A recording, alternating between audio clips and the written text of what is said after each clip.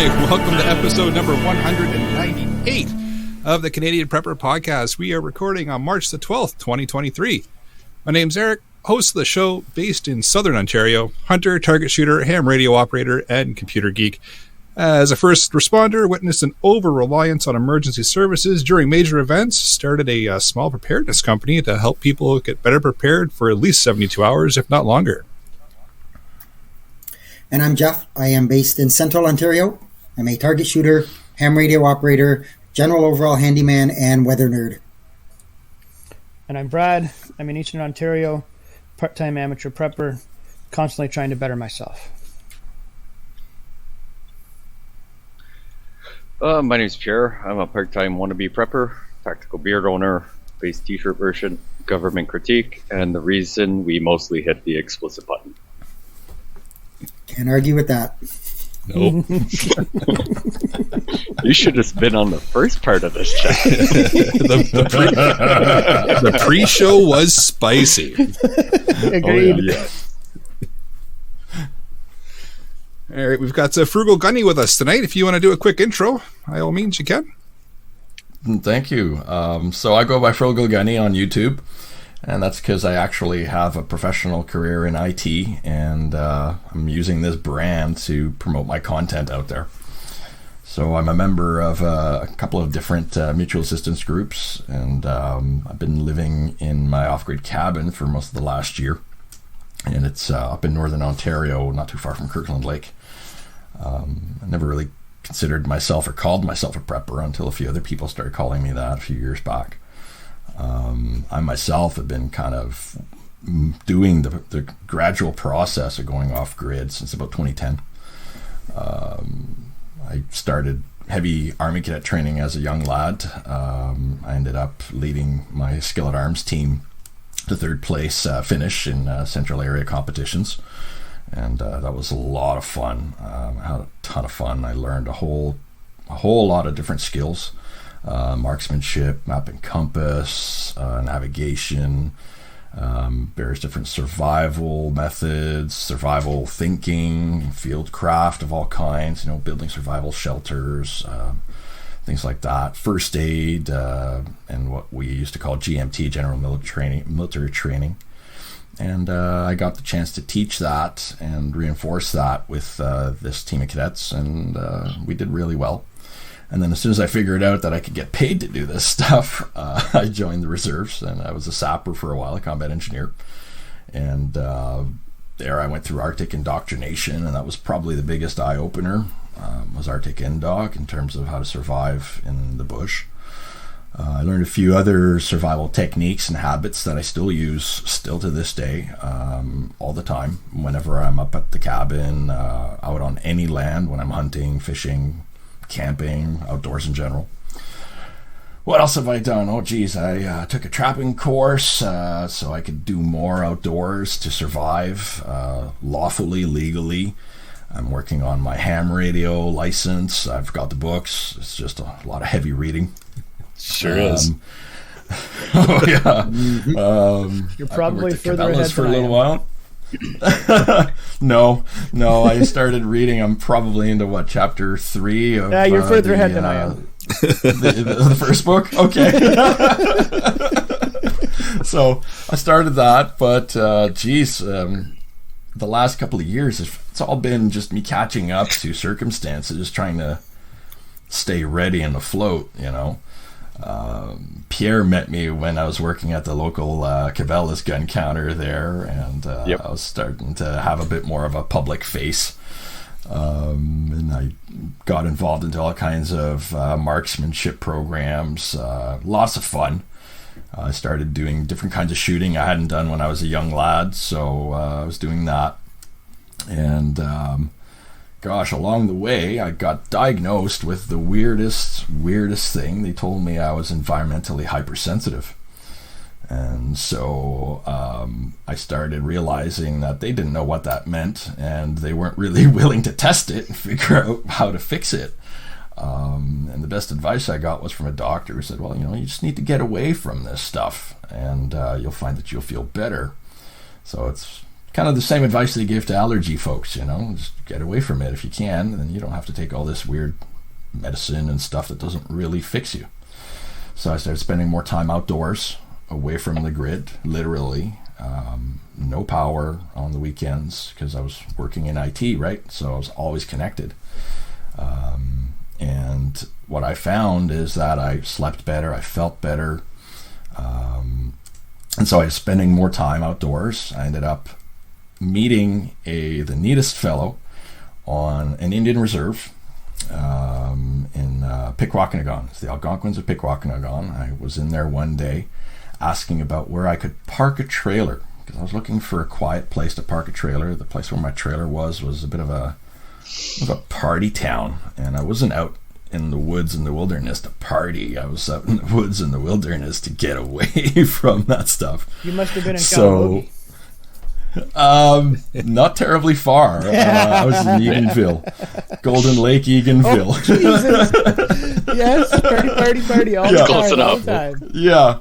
So we had a lot of the fellas from Petawawa that I got along with, frankly, because that's sort of my background. But I've been out a long time ago. I got injured, and so I've been out a long time now. But I still gravitate to that environment. So it was kind of neat talking to the lads and hearing how things are going back then. But I just couldn't take the party town. So I went to see this fellow. And he said to me, you know what, I was thinking of parking a trailer back here. And he said, come and see me in a couple of weeks. So I came back to see him in a couple of weeks. And he said, yeah, there's a spot down here. Come and take a look. He'd actually finished graveling it down, and he was spraying it down. And he said, come and put your trailer down here. And he wasn't charging me much at all. And we kind of struck up a friendship.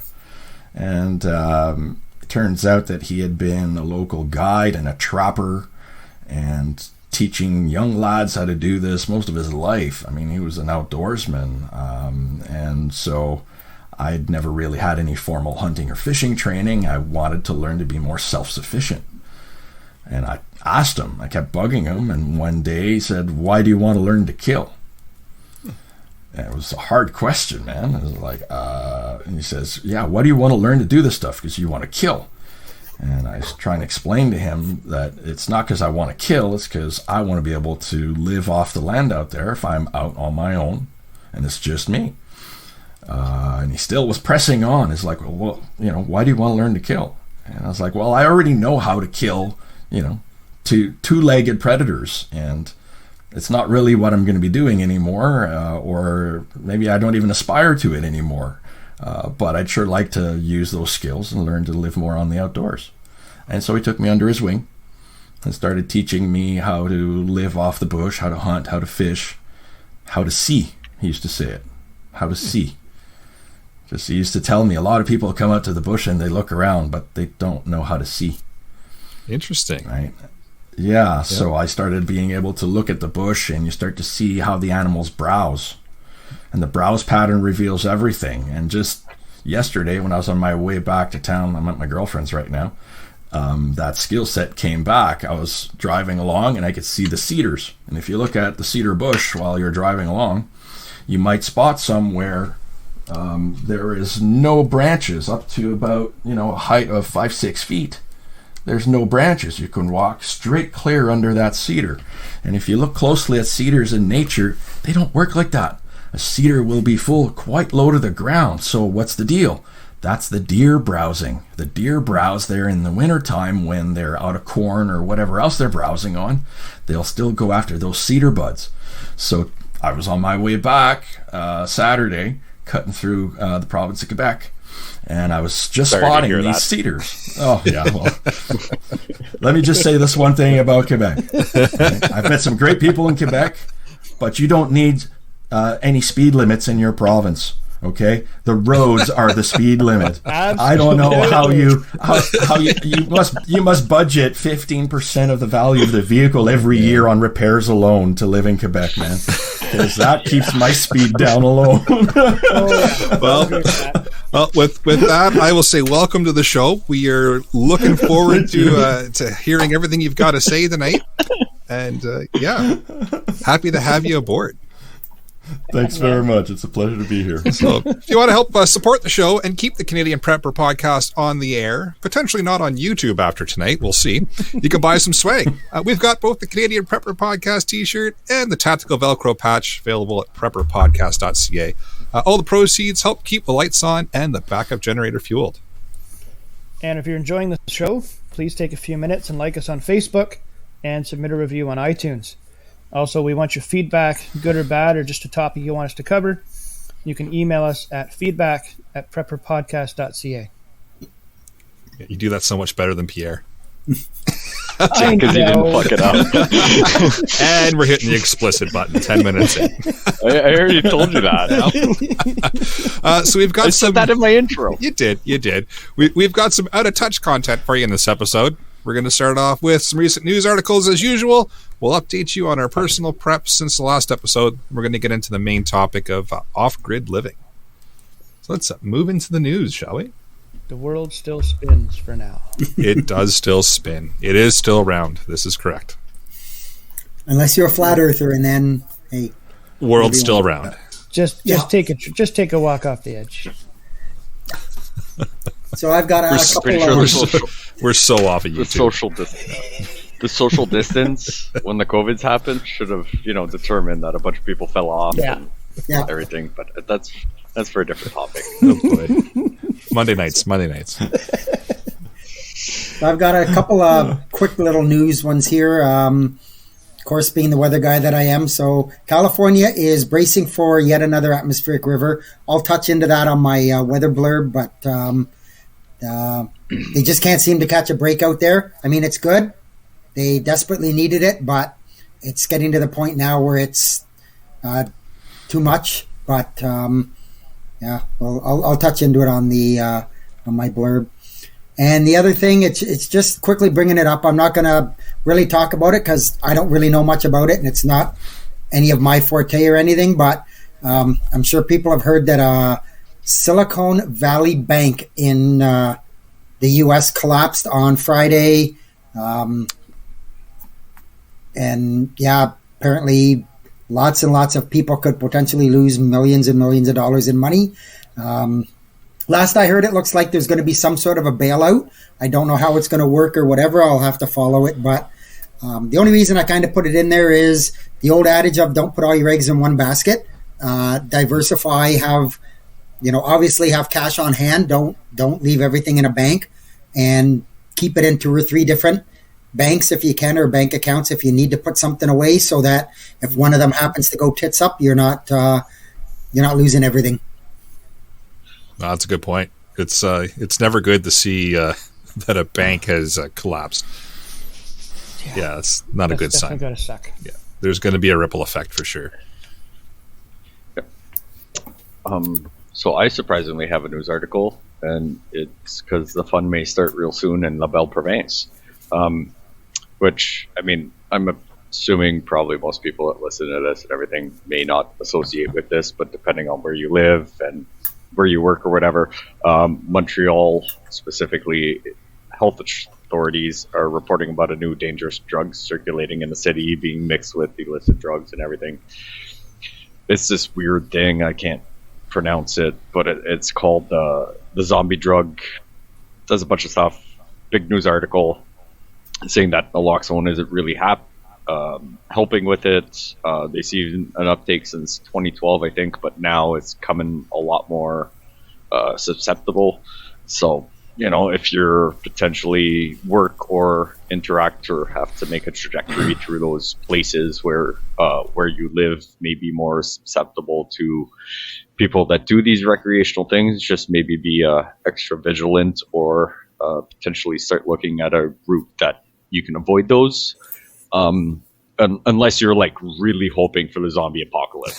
Who's going to tie it in? Like just have at her, bring your katana with you, But allegedly, allegedly, and your crossbow. Yeah, I mean, yeah. So that's the first I've heard of that, Pierre. Is it? Are we talking like kind of like a fentanyl 2.0 sort of thing, or? See, I don't know. Like, this news article is kind of weird on how it says. Like they've noticed it in the list of drugs. It's like this weird like zilazan. I don't know. Something that's been mixed in with a whole bunch of illicit drugs that people will buy on the streets that are not xylazine. able to produce. The xylazine thing. Yeah. Okay, so they've Well, just stop they've doing the reported. drugs. I think it was RCMP. That they've noticed this, being added to certain things since like 2012. 2012. Yep. But it's starting to take a little bit more of an uptake, and apparently it does weird things to people where even naloxone doesn't bring them back completely, and that. So I don't know. Just if you're in those shady areas, maybe be extra vigilant or try and avoid them a little bit more, even if it's a 5-minute detour. This may carry on. This may, stop real soon. But just something to keep an eye on. I gotta go there tomorrow. You can never avoid it. I gotta go there. Don't lick the door handles. Oh, I don't. Wear gloves. I gotta go there tomorrow, and then probably on Wednesday, and then probably on Friday, and then repeat. Yeah, but you're probably going to a spot where like people work. Well, that's true, right? Yeah, so you probably. I'm probably not politicians, so you'll be all right. Oh, definitely, they won't come down there. Oh boy. All right, let's move into what we've done lately for preps before we turn in the Monday night CPP, shall we? Right. It's been a little while since I've been on here. Then fuel rotation, clean up in my basement store stockroom, reorganized my bedroom, Costco run last weekend. I cleaned my Berkey filters. Thank you for those, Eric. Work, some more work. And I have officially not had a cigarette now in 8 days. Nice. Congrats. Congratulations. Nice. Well done. Yeah. Well done. Yeah. It's not easy. No, hardest thing in the world to quit. Harder than cocaine, harder than alcohol is stopping cigarettes. And I've made it 8 days. I still have half a pack of smokes in my lunchbox, and there's still other ones floating around here. And I think the temptation is almost all gone. So keep going, Awesome. one day at a time, right? So Yep. yeah. No, that's I have awesome. also heard that temptation never goes away. I knew someone that like 15 years, and they're like, they crack a beer in summer, and they're like, man, I could go for a smoke. Sitting on a patio, I have heard that as well. Like I've heard it doesn't go. It gets easier, but it 9 never years officially this year. How many? 9 years this year. And 9 job. years myself. Good job, man. Yeah, and But it still, never goes away. Somebody offers me one. I stumble. I want to grab it, and then I realize, oh no, I'm done. Yeah. So I know that'll You can do kinda it. start to wane as I go on further of not having one, and it'll become easier and easier over time. But yeah, I work by myself at work all the time, so I'm just in the truck and driving, so I don't have somebody else coming up and saying, hey, let's go for a smoke, or do this, whatnot. And I get home and I try to keep myself busy, and the wife will go for a smoke, and she stopped asking me, hey, smoke break, do this, nope, just keep going, and hey, one day at a time. Just filled the time with the ham radio studying. I got a bunch of other projects first, but that is one that's I've moved that book from the middle of the pile to the top of the pile. Perfect. So well done. I just did some food prep and a little bit of fuel rotation this week, and that's been it for me. Very nice. So for me, I've been focusing on doing some more close area communication upgrades. So I talk quite a bit on the podcast about HF and worldwide communications, and we've been trying to get the NVIS going for some further distance, like provincial type of communications. But I realized I'm lacking a little bit in just my close quarter communications. So been upgrading the handheld walkie-talkies, handheld ham radios, and took advantage of getting some signal stuff antennas. I don't know if you can see those, but grabbed a couple of those to put on a couple of ham radios. So I'm going to get those deployed out and kind of stored in the vehicles, so we've got them. Because, like I said, the last year or two, it's been all further distance, long range stuff I've been focusing on, and I completely lost sight of the nice close communication stuff. So realized, oops. And so going to be cleaning that up a little bit and tightening that up a touch. So That's what I've been doing. And beyond that, it's been stupid busy at work. So I've been running all over the place, solving problems and doing that. So it's been great. I've got a little bit of some food prep. Tried a new breakfast plan for the week. Work it out. New machine setup, trial, error, fail, and excitement all at the same time. Got some more wedding stuff figured out, and just we're pre-planning. So for the honeymoon after the wedding, the daughter's staying back home, so we're meal planning for us as well as her, because she's still got school, this that. So we're kind of making a little bit extra in bulk and like throwing it in those fancy like sealable containers, throwing them in the freezer just to make that transition a little easier for all of us. And work and more work. I had to go to Toronto last week. Ooh, I know, it's gross. unfortunate. The butthole of Ontario. Yeah, It's funny. So did I. Man, I still smell it even though I've showered. I feel for you. Yep, I feel for you. But so just trying to wrap up everything at work because I'm going off for a week and a bit. I hate leaving stuff undone and that. So trying to catch up on that and everything with work, and that's about it for now at least. Awesome. Cool. Well, with that, say we move into the main topic. So, like we said in the intros there, we've got Frugal Gunnie with us tonight. He's going to talk about his experiences living off-grid in a cabin. We've been quite excited about this for a while. As soon as Pierre said that you were game to come on the show and talk to us, everybody's been pumped to have you come on. So it's been we've been waiting in angst for you to show up and get on a show that we can talk to you on a Sunday night. So, like I said, we appreciate you coming out for the night, and I think I'll just open the floor up to questions from the panel. Anybody in the live chat that wants to throw a question in, or just let you tell us about your story and how we ended up in a cabin on your own and off grid.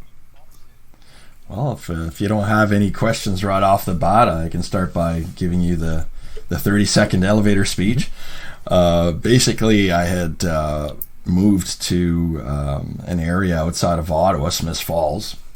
And I was looking for land, and this was just before this whole pandemic thing hit. And I was living already in a tiny little spot, tiny little place, and the land deal fell through.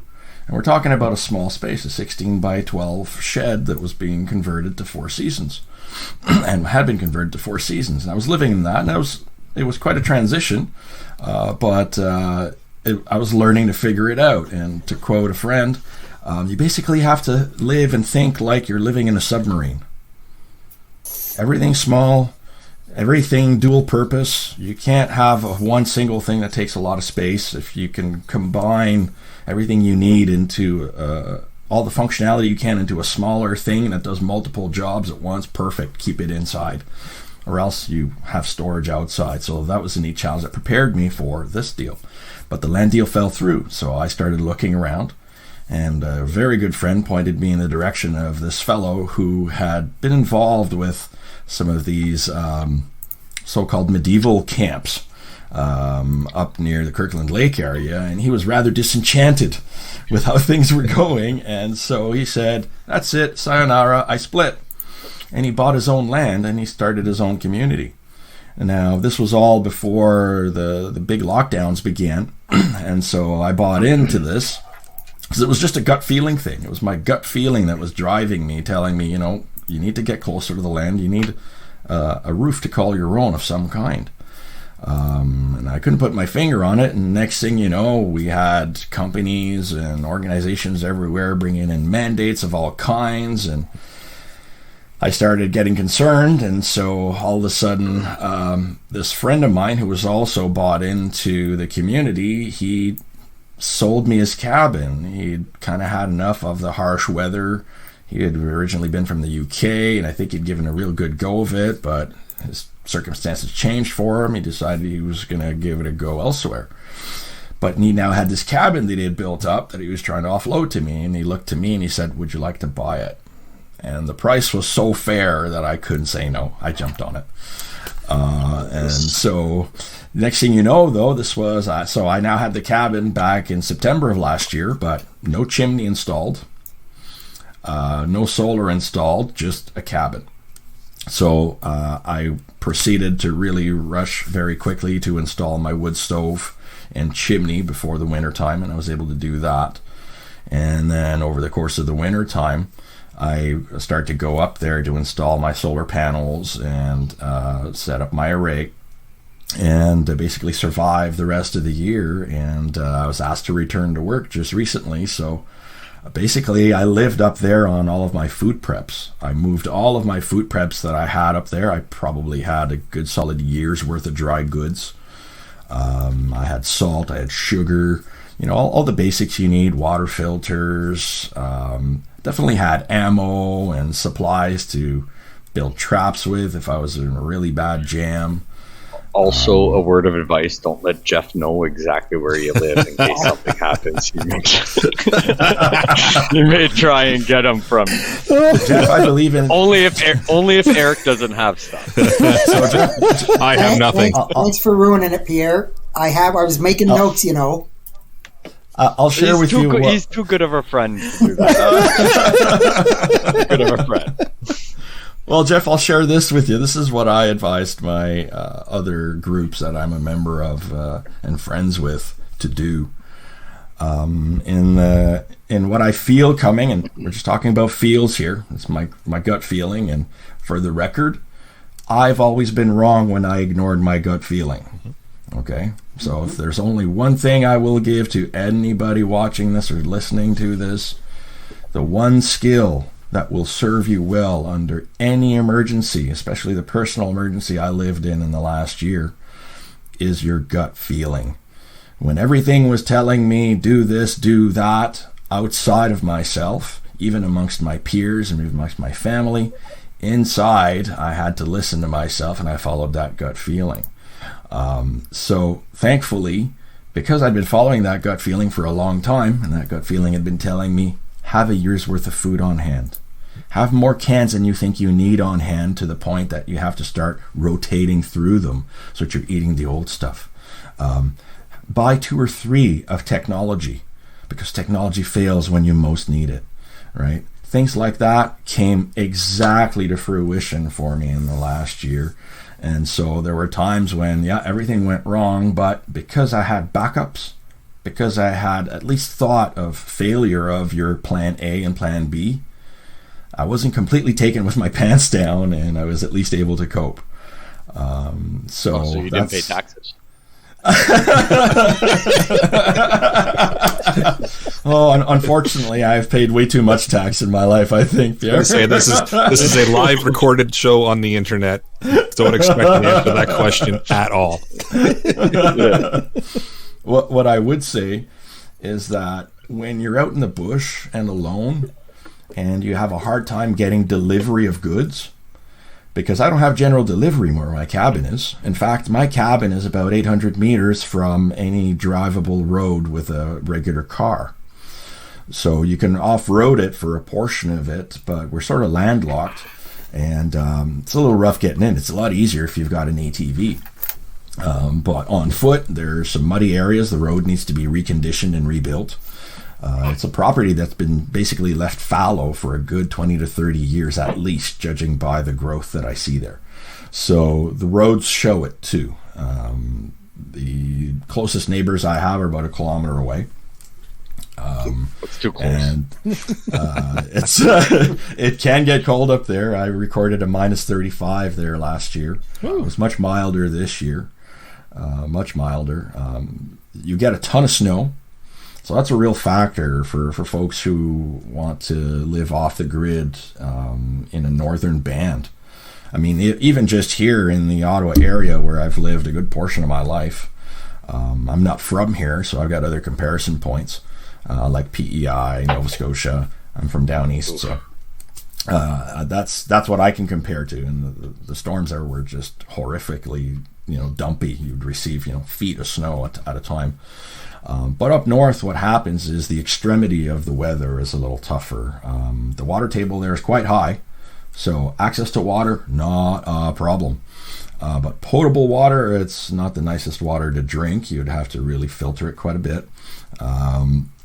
there is thankfully a nice spring about half an hour, or no, about 20 minutes away on the way to Kirkland Lake. It's on the way to town. So if I go in that direction, I just bring a few jugs and I have some absolutely pristine drinking water.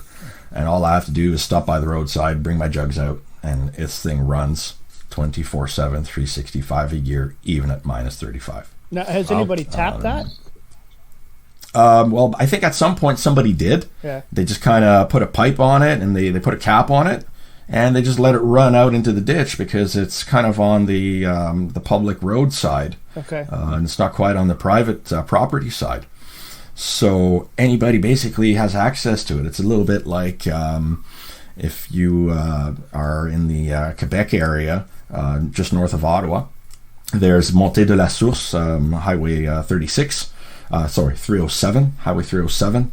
Along this, it's called Montée de la Source. Source is spring in French. On the roadside, right near a sand quarry, there is a spring tube coming right out of the ground, and people pull over there with their jugs. Same idea, except the water quality is so amazing up there. I almost refuse to drink any other water now because I got that. I did that when I bought a Berkey. I was like, what's this peasant water? I'm good. I don't have Berkey water. Like, it's hot out. I got to bring like 9 liters of water with me because I don't want to drink tap water anyway. Yeah. Well, and it's I get that. Yeah, it's funny you mentioned that. Not when where I grew up, probably about a couple kilometers away, was sort of the same thing. It was just a spring that ran, like you say, 24/7, 365, and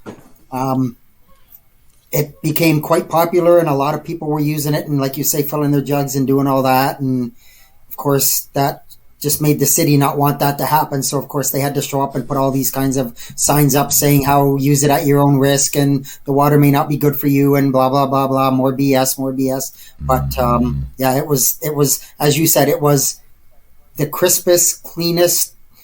You don't think water has a taste, but when you've had that and then you get something out of your tap, it's totally different. I have to agree 100%. And, then to your point, Jeff, one of the things I noticed, and one of the reasons that attracted me to this area where I bought the cabin and I bought my share of my lifetime lease, if you will, is that it's in an unorganized township. So what that means is that... me up. Oh, yeah, we all know what it means. Exactly, yeah, right? Yeah, absolutely. I think you people, I see you all nodding, so I think you know exactly what that means. For those of you out there who don't and who are listening in or watching from the beyond, an unorganized township, at least in a common law jurisdiction like here in Ontario, means that there is no municipal corporation in charge of things up there. There is a skeleton municipality. It basically takes care of the roads, and that's about it. Otherwise, the roads aren't even patrolled by the OPP because they don't have a municipal agreement to patrol there because there is no formal municipality. So what you're saying is there's absolutely no way anywhere in Quebec has a municipal or unorganized township with how their roads are. Oh man, I highly doubt it. I would imagine the only way you get anything close, bud, is if you're on a private landowner's plot, like they do have in Northern Ontario, and it's owned by a mine or a resource extraction company, and then they lease, a certain amount of acreage to you, and they kind of give you carte blanche, and away you go. So that's the beauty of where I'm at. I'm able to, for example, build a 12 by 12 shed with a 9-foot ceiling, and guess who is there to tell me I can't? Nobody. Exactly. Absolutely no one. Now, question, do you still need a permit for a septic? Yes. That's it. And that's probably the excellent question of the day, because out there in Ontario, even if you own your land 100%, you do not own rights to pollute the waters that are nearby, nor the water table. And the MNR will claim jurisdiction over you in your septic. In fact, I heard, and there are people up there who will just do as they need to and put in a septic. And some of the people who have witnessed those folks doing that have reported them. And of course, they get, their fingers smacked by MNR and all this and that, and told they have to pull it out, and it's a real nightmare. So, and I mean, you don't want to you want to be fishing, eating the fish that you decided to put septic bed the wrong way, that that fish is, 3 eyes grown a little bit due to, certain things you have digested in a weird way and they absorb it. So let's just put it this way. You don't want to eat shit fish. No. Yeah. Or the one with the third eye. Yeah. So we're already hitting the explicit button, so... Yeah. Just say it. I tried on this one. Good try. I have the greenest way to deal with it is it becomes fuel. Don't eat fish. Well, no, the solid waste. I love fish. Okay. In fact, it's been too long since I had a feed of fresh fish. So, any of you who are ice fishing in the area, I know it's getting a little hairy to be out on the water, but man, I'd love to still get some fish in. But I'm willing to take. I've seen the lakes and the rivers on the way down, man. They're already thinning out, so I don't know. Yeah. No, thank you. Stand on ice all day. So it's a real fully off the grid situation. I have a little bit of a creek that I have to cross to get to my land, and we built a little bit of a bridge there last year to get us across. But there's still a lot of work that needs to be done on the road, so I've been using some of my old sapper skills to build what I call an improvised corduroy / swamp mat. And that allows me to get across with my ATV to where my cabin is. And so I'm using a lot of old tricks that I learned as a sapper to get by in the bush with the materials you have on hand and get it done. So the old sapper skills, is it stacking bodies or like using materials from the woods? Maybe both. Using materials for the woods to assist you in stacking bodies, perhaps? Okay. Allegedly. Sorry, Again. allegedly. So for those who are listening in for the internet and all that, a sapper is what a trained combat engineer is called once they graduate their basic trade qualification courses. And so we are called a sapper at that point. And sappers back in the day, we used to, and you can see I've kind of taken on the role here. We used to be the folks who would dig underneath a castle wall so that they could go and put in the powder and dynamite, or well, dynamite wasn't around back then, but they would blow the powder and then that would undermine the wall, right? And the wall would crumble and then the ground forces could penetrate the castle and start doing their thing. So that's where the trade came from.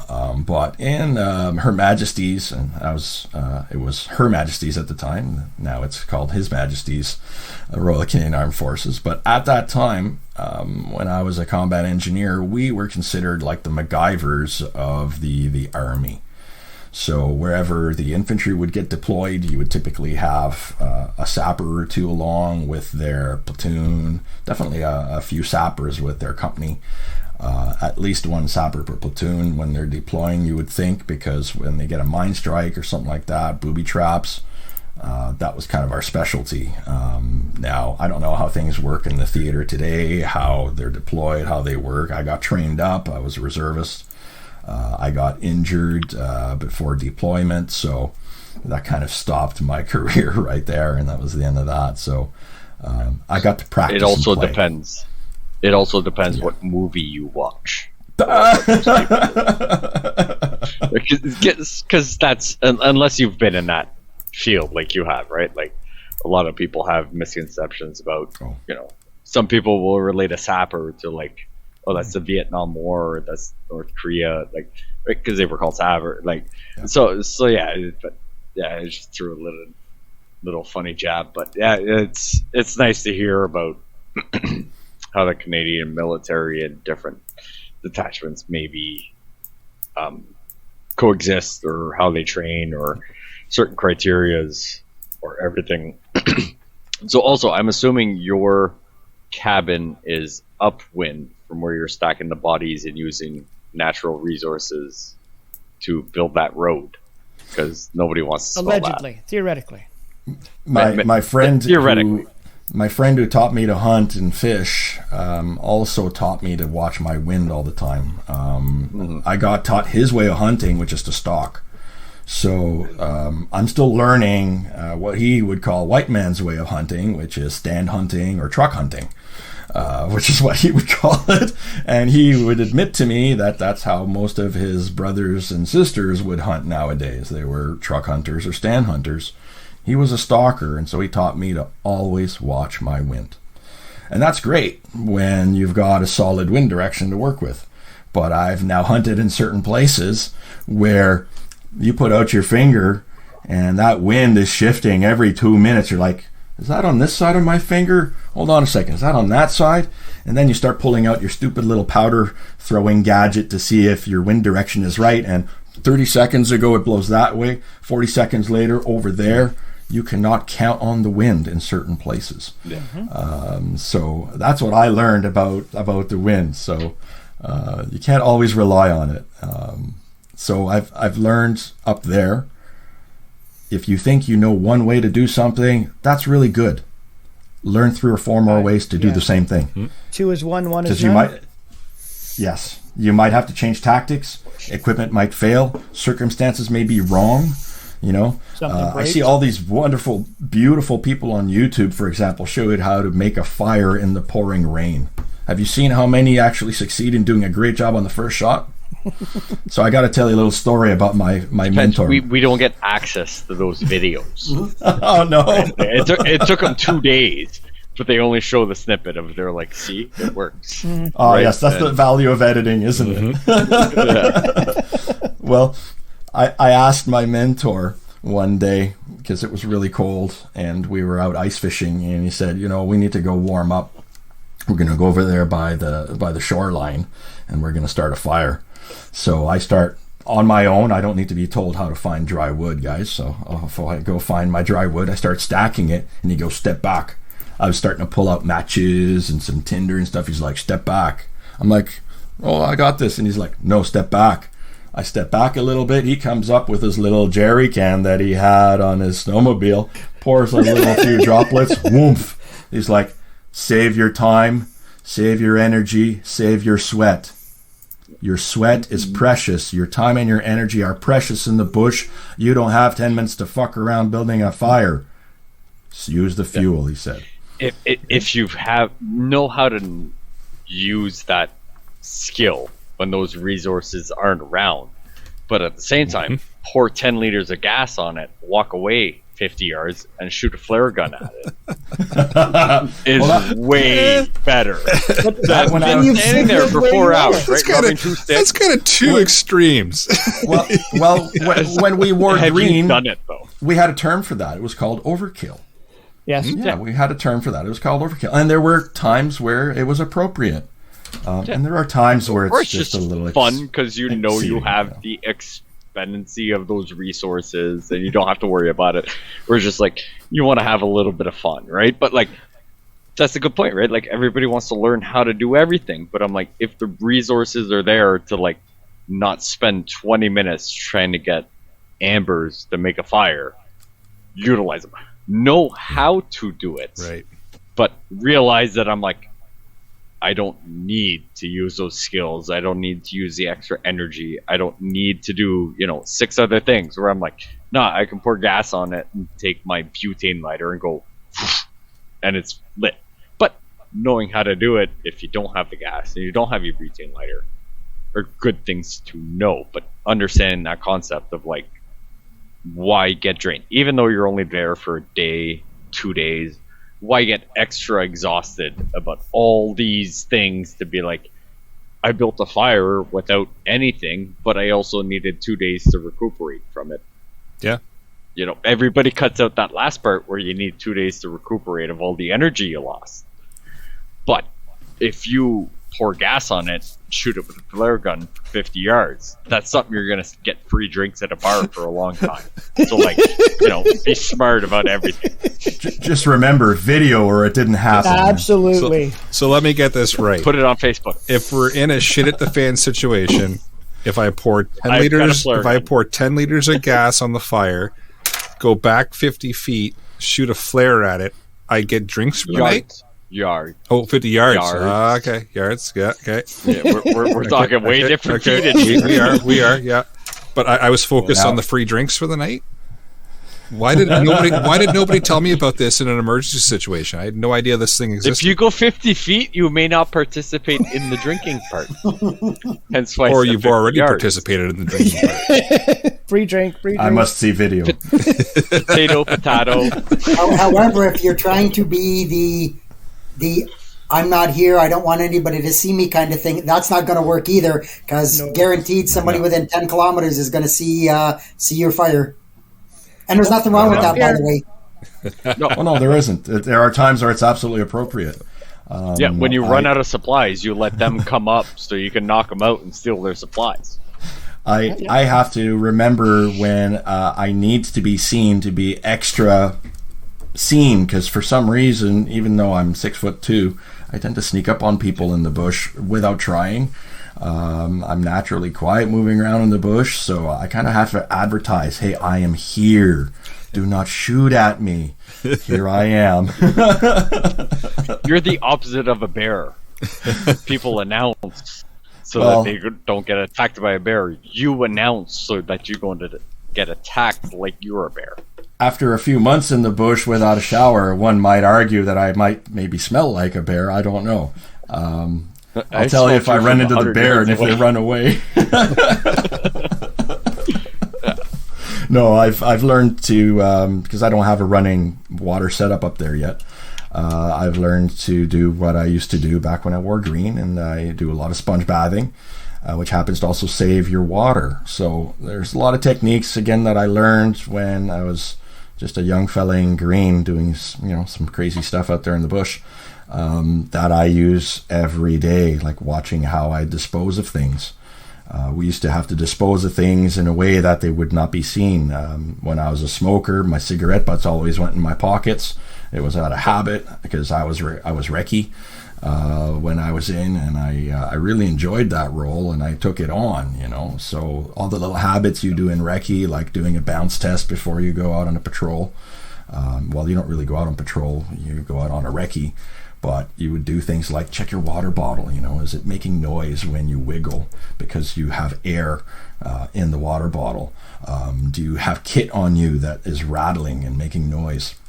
Turns out all that stuff is awesome if you're hunting or if you're prowling around trying to not be seen and trying to get a sense of what wildlife you have around you. It's just useful skills that cross over. So I was relying on a lot of those, but there's a lot of stuff I learned that was totally new. I didn't know what frost does to things up there.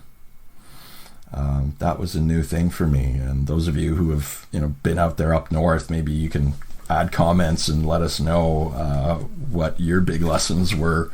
But for me, it was what frost heave does to structures that you park on the ground or partially put into the ground. You must plan for frost heave, my friends. So now I'm... So your tree stand sitting like this in the spring is not normal? My cabin has a little bit of a tilt to it, and so I'm going to have to jack it up and even it out, and so I'm going to put it on some larger beams. We can make that happen. Don't worry about that. So we're looking for nice vacation, so we can make that happen. Well, if you like a bush vacation, you should come up and visit. I'll put out the have you met tent Mel? for you. Yes. We're in. I had friends come up and visit, and they loved it because they got to have there is no amenities here for you. Oh, but if you need Wi-Fi, I can turn on the Starlink for you. Hold on. And they got to experience that feeling, which was really neat for them. That was going to be one of my questions. How many people have actually come up to visit you up there? Right. So how? But to add on to Brad's question of how many people have gone up, how many people have come in to just say hey, I went off grid for 2 days, but how many people have actually shown up and just been I need to figure this out more because this is more what I'm aligned with compared to just I'll take a few pictures and I'll post them on social media later, right? To just say I've done this thing and etch that box so they get more likes and more friends or whatever. Right, there's a hard line there where I'm people benefit from being you don't have cell reception for 3 days. You don't have that flick of the switch. You've got light, you've got power, you've got this, you've got all these things where I'm like, some people are like, they can't handle it. They're like, if they've been 2 hours without a text message or a notification on Facebook, like they collapse. Where I'm like, other people may not know that like 2 days without all those things is beneficial to like just their mindset. Not even them, just like understanding the concept where it's just like, I feel better compared to 2 days ago when I had all these things, you know, so readily available and everything and whatever.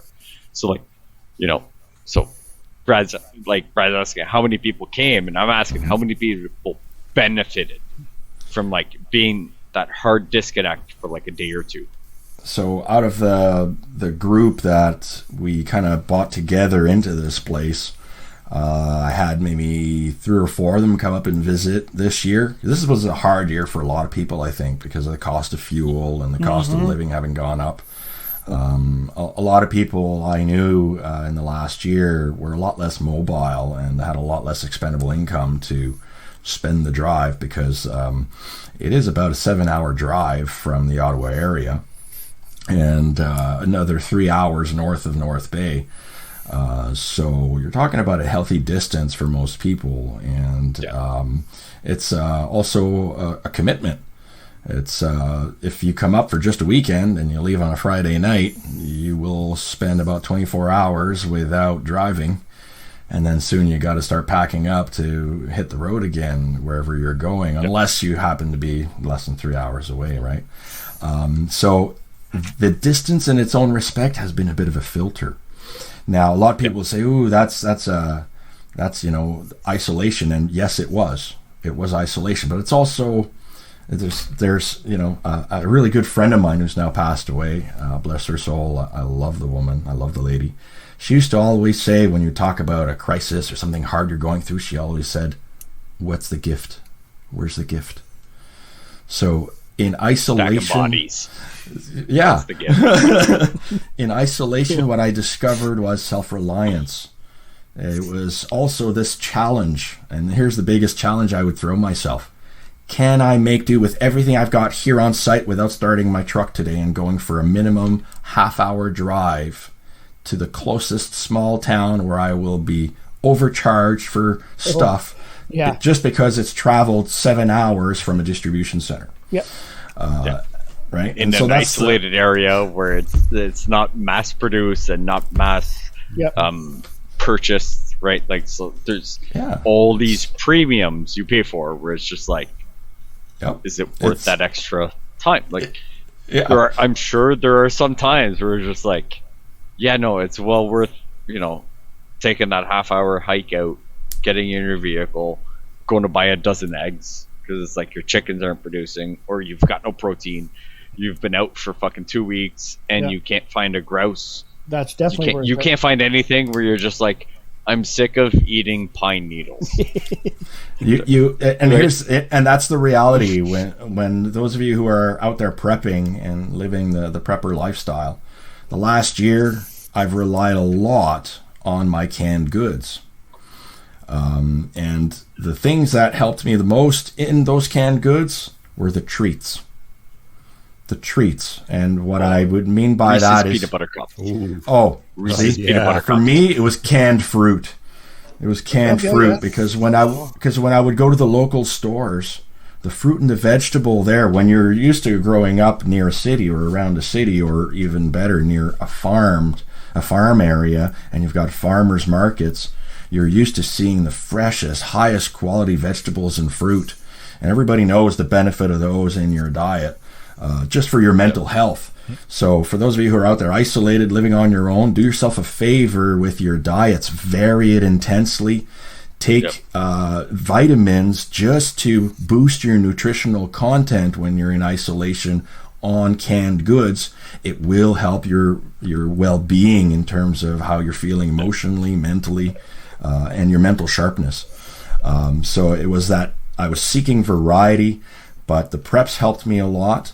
But the long and short of it is, no matter how much you have prepped, you will starve for variety. You will crave things that you don't have on hand just because you haven't had them. So I had the strangest cravings while I was out there for things I couldn't have. And Go they had on. to wait. What are they?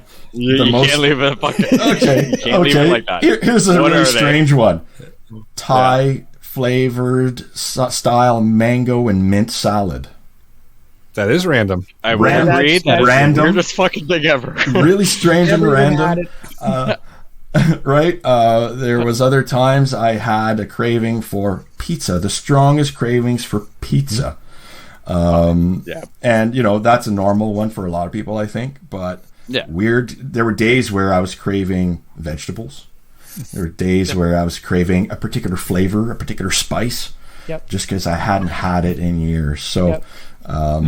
anything you can do to add some treats that you can foresee finding awesome in your preps, man, do it.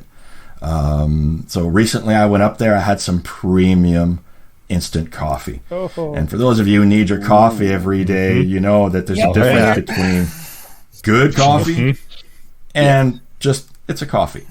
I vary my caffeine and my zap sources. I like chai tea these days. I was on a green tea kick for a long time, and I vary my preps of those.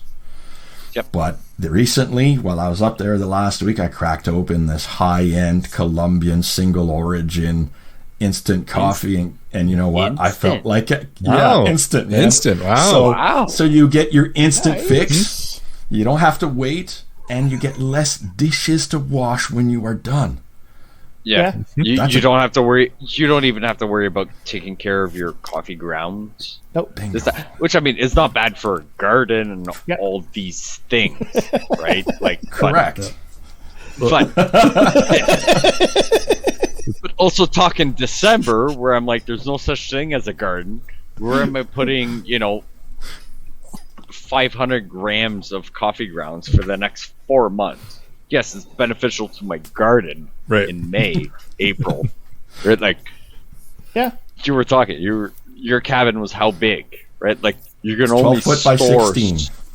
Right, Oh, you can that's only nice. store so much, even if you go outside, right? Like you can only right. store so much coffee grounds before the raccoons start doing it, and right. then you've got those weird raccoons that are like partying outside of your house because you haven't thrown grounds in like 2 days, right? Like, they're like, so it's. But everybody relates everything to like being out of power for 2 days, and it's like, right. okay, fine, yeah, you've got no power for 2 days, fine, like. If I drink instant coffee for too long, which this was proven, even Brad came up, went up to a buddy's property. He's got no power, outhouse, whole shebang. Went there for 4 or 5 days.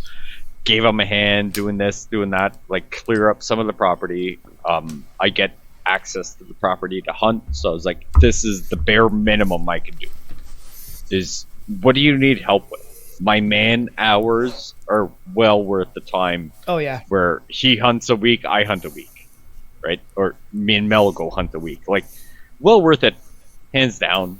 Brad wants to get into hunting. Brad's just like a weekend away from everything. So I'm like, we spent 4 days doing that. Like, what do you need done? What this, what that?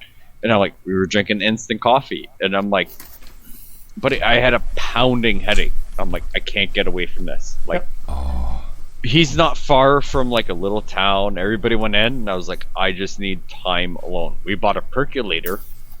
Next day, Oh yeah. problem solved. Headache was gone. Right? Wild. Yeah, headache was gone from the world having famous instant coffee from whatever.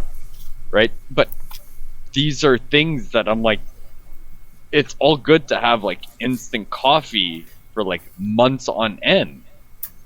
But if you get a headache after the second day of instant coffee You're because you've got screwed. no running water, no heat, no this, no that, right? Very limited on being able to make a regular fancy coffee, like you were saying, where you found whatever. I'm like, that is something you need to take into consideration. Don't get me wrong.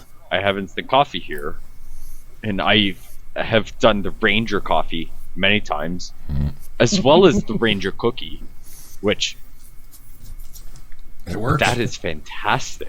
Oh yeah, it'll keep you hey, going, man. that will keep you going. In a I'm not pinch. even gonna say it online. You got to figure out how to get in touch with me, and I'll tell you how to make a Ranger coffee. If you I come to know. the training I'll be offering down the road, I'll show you how to make a Ranger cookie. I promise. I know just Frugal gonna- Gunnie knows how to make this. I'm just going to point out, you said we have to figure out how to get in touch with you.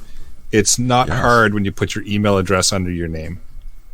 No. Just saying. Just saying. No, okay, just to clarify, who reads most of those emails?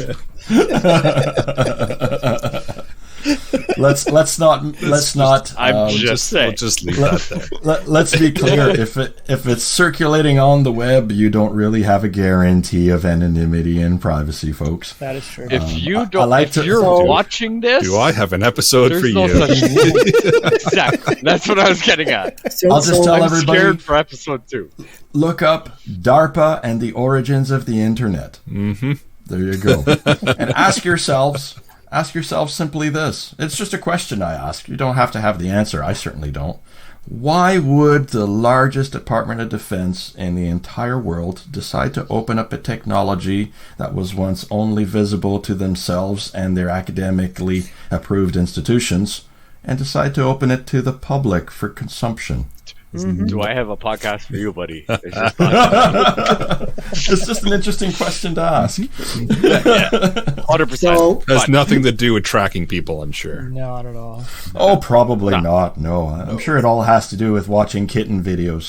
They Of course. have your best interest. They have your best interest and wholeheartedly love you 100%. Don't question it. So I got Yes, another we must question. embrace the tech. Got another Yes. question for you. Beautiful. If you could have better prepared for one thing before going up there, what would it have been? That's an amazing question. The unexpected.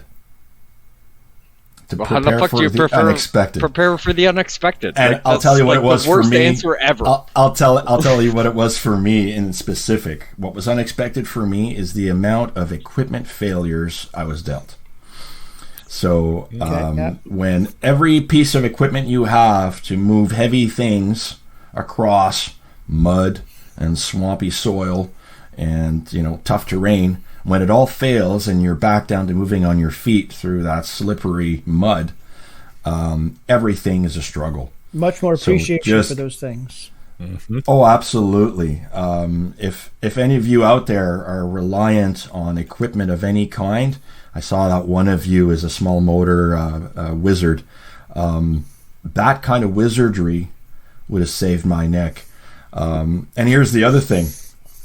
Something stupid like having a tiny space where you can't find anything led to me creating incidents that were just due to me not finding stuff. So, perfect example, I have 2 ATVs.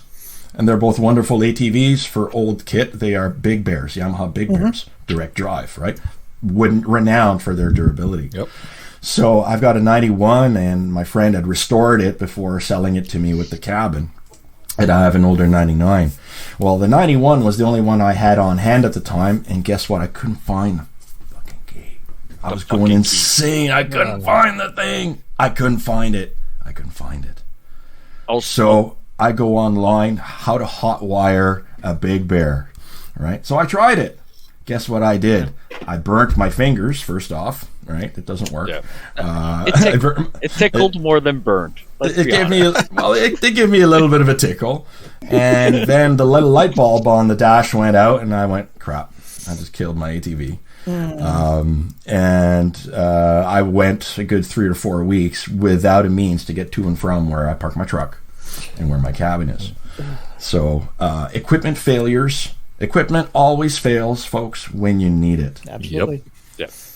So I had to resort to a lot of backup ways to move stuff. Have you ever moved a poplar 2x6x12 for a distance of about 800 meters? I had to. I could get it done. It's doable by hand.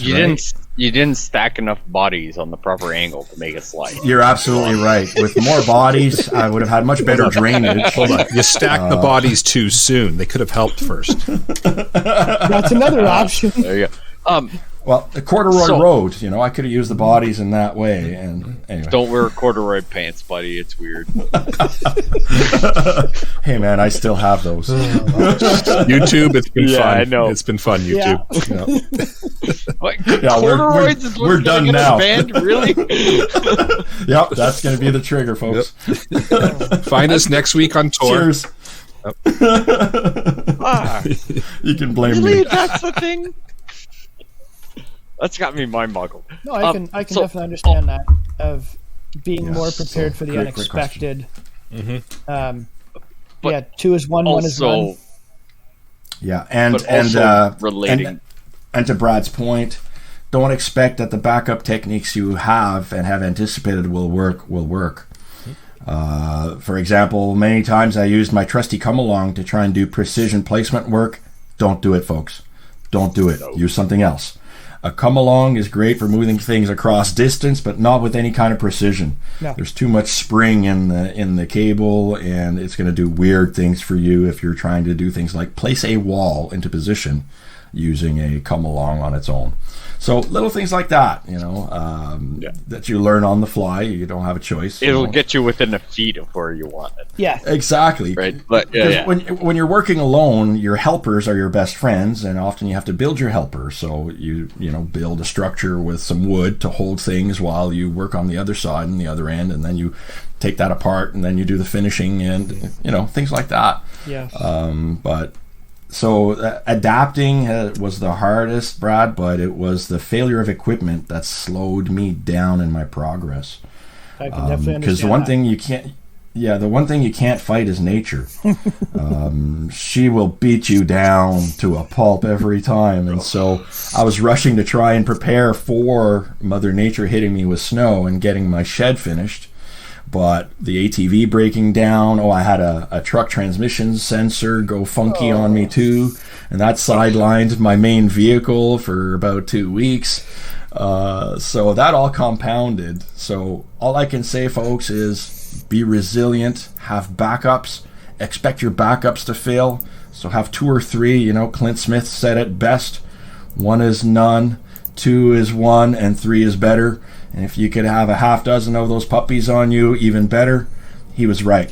Especially when you're in the harshest of circumstances, isolated, and you don't necessarily want to burn 10 liters of fuel just to go get a small item worth less than the fuel you're going to burn. So one last question. You had said you relied a lot on your canned goods during the winter, during the last year. Yes. How many can openers did you have? I had one on every single one of my pocket knives. I have one on my Leatherman. I have one on my Gerber multi-tool. And I have 2 or 3 in the cabin itself at all times. So, yeah. So, before we get hate mail, you said you installed a wood stove, Yes. Yes. right?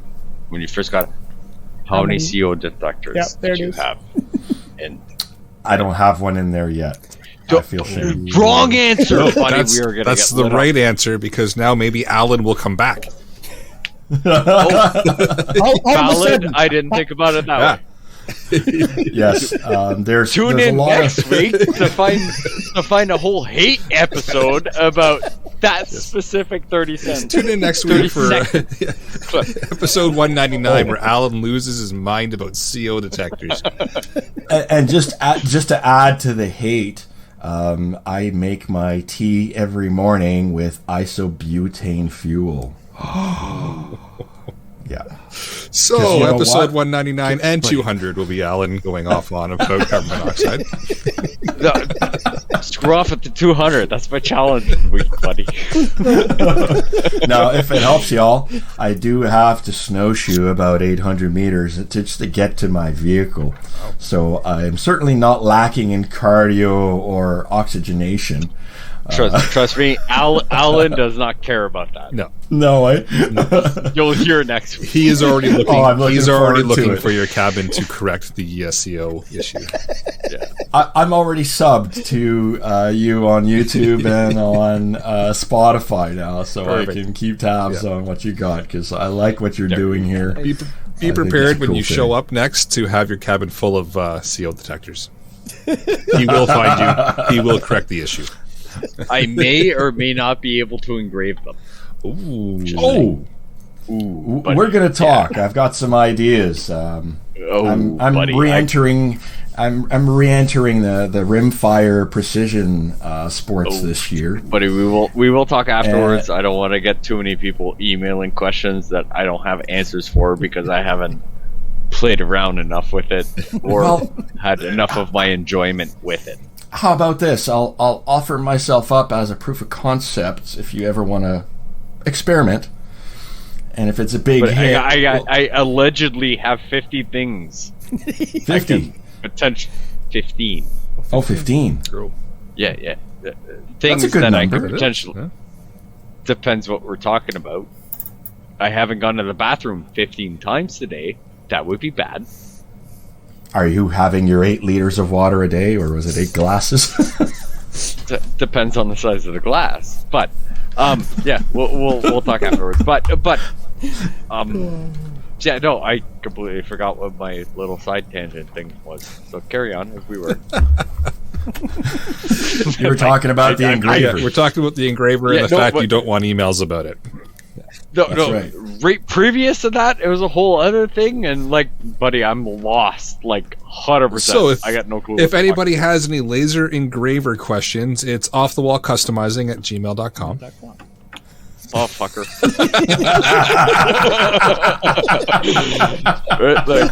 And there you have it.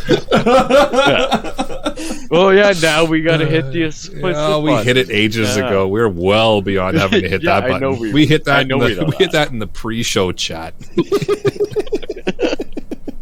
Yeah, even before we went live, I'm going to hit We're just hitting the now, button. I have a funny question. Do you get...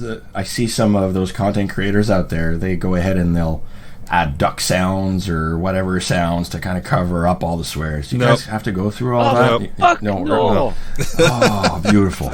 No. I love it. Or potentially this will turn into duck no. Yeah. I don't know. Well, it depends on your autocorrect and what phone you're using.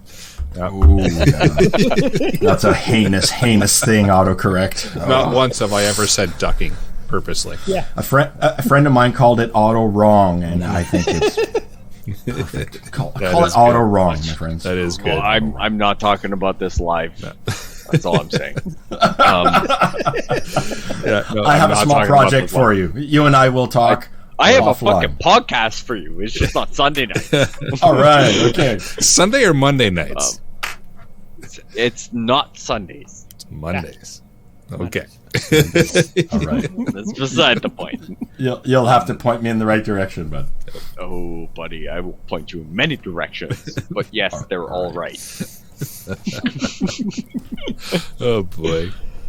You're a fun bunch, man. Panel have any other questions? So I have a few things. Go ahead, Jeff. You already put them in. Go ahead. There. I've been You trying all obviously night. get Go ahead, first. Peter.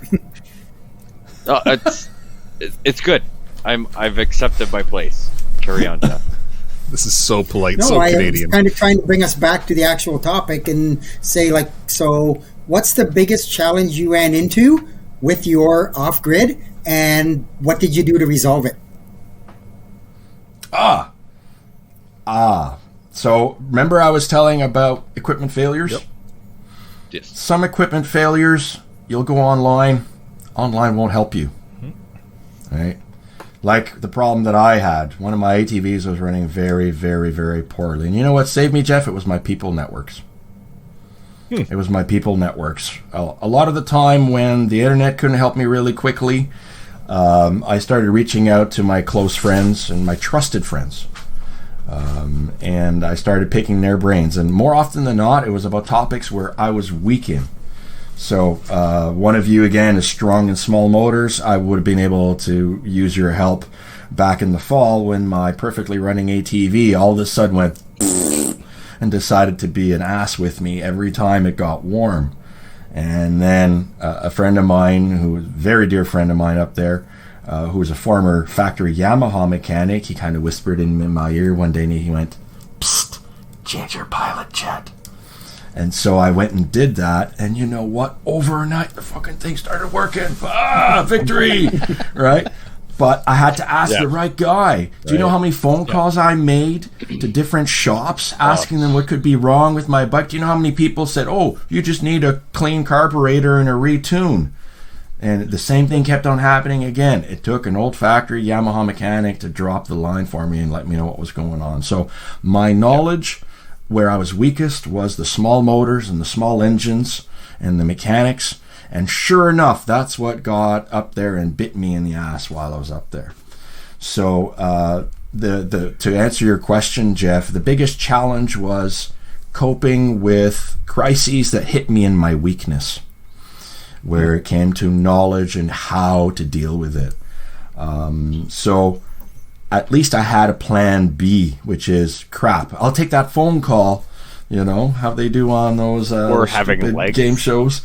Right, or having legs where it's like can't tell you. Oh yeah, how many times I had to hump it the hard way. You know, where I just resorted to, well, I got the hand tool and away I go. There were times when I dragged things using my sled across mud, because that was easier than trying to walk it, you know, and balance it through mud and slippery puddles and this and that. So yeah, it's knowing how to cope with things that are outside of your wheelhouse and having plan B, C, D, and E. I had things that broke that I couldn't fix because I don't have a welder yet up there, and I don't have a means to power up a welder. So I had to rely on my people networks, and guess who ended up being able to fix and pull out the stud out of a broken stud out of an axle hub? It was an Amish fella who had taken up the art of welding. He happened to have the torches to heat up that hub and get that stud out. I couldn't. With all the means I had, there was no way for me to get that stud out. He did. So again, my people networks came through. So wherever you are weakest, whenever you're in a crisis, if you don't have the right resources to fix it or the knowledge, it's my people networks that have really pulled me through every time. So that's the one biggest challenge I face, and that's how I overcame it. And yeah, great question. Living off grid sounds really shittier if I need that many people to have to interact with. Just saying. You'll need the specialists. So here's some of the things that I had to be my own in the last year. I had to be my own mechanic. I had to be my own heating and ventilation technician. I knew nothing about installing a chimney and a wood stove before this, folks. I had run a wood stove before, and I had been helped in installing one in my off-the-grid trailer long ago in Golden Lake. But installing it from scratch to do a proper professional installation, no. So I had to learn a new skill set. Building a full MPPT solar panel array by myself, nope, totally new, right? I had to go and learn it and look it up, do a lot of research. I had to be my own first aider. Oh yeah, I had to be my own structural engineer. I had to be my own carpenter, etc., etc., etc. That's just easy if you don't need an inspector. I fucking put an extra 2 screws in compared to what people would say. Like, that's good enough, right? Like that might not be the best. I mean, according to me, it's good until it falls over on you. Yeah, that's beside the point. I'll go after the inspector at that point. I like building things. I'll fucking find one someone. I like building things so they stand way long after me. Maybe I shouldn't. Maybe I should just build them good enough, but I tend to overkill it a bit. Never a bad thing. That's kind of my philosophy. I'm not opposed to it outlasting me. Just in most scenarios, I probably didn't do it right, but I'm like, it worked, right? Which is not wrong. Yeah. No. Hey man, some of the best temporary fixes stay permanent because they just work. And or you get lazy to go back and you just get lazy to go back and actually figure it out. Yeah, my solar panel array, which you will see if you go and take a look at my videos, I didn't build that. That was a rack that somebody else left behind, and I thought, you know what, this fellow left a good 50 linear feet of lumber here, and it's all in a structure that already has the shape I need. All I need is to build a substructure to raise it, and I'll just reuse what he did. Mm-hmm. So I saved effort, time, and it got up and running. Upcycle. The thing when you're living on your own, other than challenges of things failing, is being most efficient with your time and your energy. A lot of times you're forced to do things the long way and the harder way just because you're off the grid and you're working with hand tools. It would have been a lot faster if I had had a saw, a chop saw to take care of all of my lumber cutting. That would have been way, way faster if I ran the generator and ran the chop saw. I chose to do it all by hand and to nail everything by hand. Would have been faster with an air nailer. Guaranteed, yes. Nobody's going to deny that. Would have been faster with a screw gun even. Sure. Would it have been as solid, though, as using a good old Estwing hammer and 4-inch spikes? I don't know. Time will tell, right? But I did it that way because I saved a lot of hassle. When you're living off the grid and you have only a tiny little amount of storage space, just getting ready to do work means you've got to go through bins, toolboxes, and stuff to bring out all your fasteners, all of your tools, your square, your pencils, right, your measuring tape, and then next thing you know, I forgot this, and so you're already running back and forth to go back and get the one thing you forgot, and you start your job. That's what takes the most time, is setting up when you're working by yourself. And if you don't keep good habits about yourself, like putting away your tools when you're done with them, that's going to come back and bite you in the ass so hard. Where's that measuring tape? There's no Home Depot like 2 minutes away? No. Or Home Hardware, Lowe's, no. Rona, There's a hardware store about 24 minutes away. It's an Ace Hardware store. There is and you're a Castle lucky to building. find a good measuring tape? Well, bud, man. So you can, and on the topic of measuring tapes, you can go spend $13 at the local Castle Building Center for a made in a certain country measuring tape that will fail on you in 2 months flat worth of use. Or you can go and spend the $25 for that nice Milwaukee tape, which will only break in about a year. Yep. Which will cause you the most frustration while you're working over the course of the next year, buying 2 or 3 of those cheap ones that break. Because you know what? When one of those things breaks on me, man, it goes flying at the highest speed and it becomes a projectile of death. You had me at Milwaukee. But I pull out that Milwaukee and it's going to take my abuse for the next year before it gives up the ghost, If not more. If right? not longer, right? So, is that something... well, hold on. Let me see. Did everybody ask the questions? Because I didn't put any of my questions. Yeah, that was a really good question, Jeff, and I kind of went on a big tangent there. No, but so that was the thing, right? Like, so you turned into handyman, mechanic, your own engineer, a whole bunch of stuff. So, would any of the things that you potentially had, like, you've got your handy dandy, $20 kit that has a hammer and a whole bunch of stuff.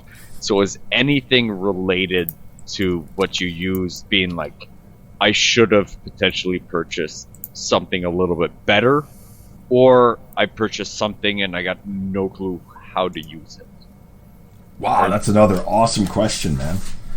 Right? Okay, so I went out and I'm like, I have a $60 budget and I want to maximize the tools I have, compared to me being like, I should prep better and, save $400 and buy, a bunch of tools, whether they're all hand tools, that doesn't matter what, was it better off to, figure out how to make your budget stretch more before taking this leap, compared to just being like, I'm going to go to the dollar store because they got, screwdrivers, hand saws, vice grips, this, that, compared to if you would have doubled your budget and went to a different store and purchased maybe on certain aspects, something better that would have utilized better. on your year compared to anything else? That's a really, really good question, and I have an actually fairly good, clear answer to it. It's not always clear the level of investment you need to put into your prep tools and supporting tools and equipment. And you kind of have to base that on knowing yourself a little bit and how you do things. So I'm the kind of person that when something breaks, my first reaction isn't, oh man, I got to call the warranty guys. Most of the time if it's... you have cell reception. Well, yeah. Because of that very fact, I've gotten used to, well, I can probably do this myself. And unless I have zero clue whatsoever, odds are I'll try it myself. Now, if you're that kind of person, you owe it to yourself to have a certain level of quality of tools. So any of us who have used hand tools for a certain amount of time will know there's a sweet spot in price to pay. So let's talk about just something really basic that everybody will probably be able to relate to is a screwdriver. Okay, you can buy a screwdriver effectively that will probably put together that silly little $15 shelf that you bought at the same place at the Dollarama or the dollar store, wherever you bought the screwdriver, and you'll probably be able to put it together, and it will probably stand by the time you're done. Now, in the circumstance when you really rely on that tool, what's going to happen to it? The bit will chip because it is not a properly hardened steel.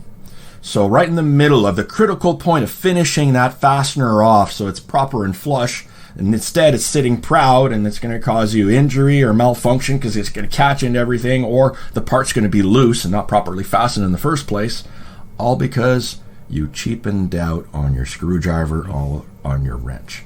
That's a lesson I learned very young working on my own car. So I got used to, when I'm buying a tool, I'm not necessarily going to look at the very cheapest low end, again, depending on what I'm doing. And I'm not necessarily going to look at the very highest end, again, depending on what I'm doing. I happen to enjoy wiring. I'm a little sick in the mind like that. I'm a little weird, okay?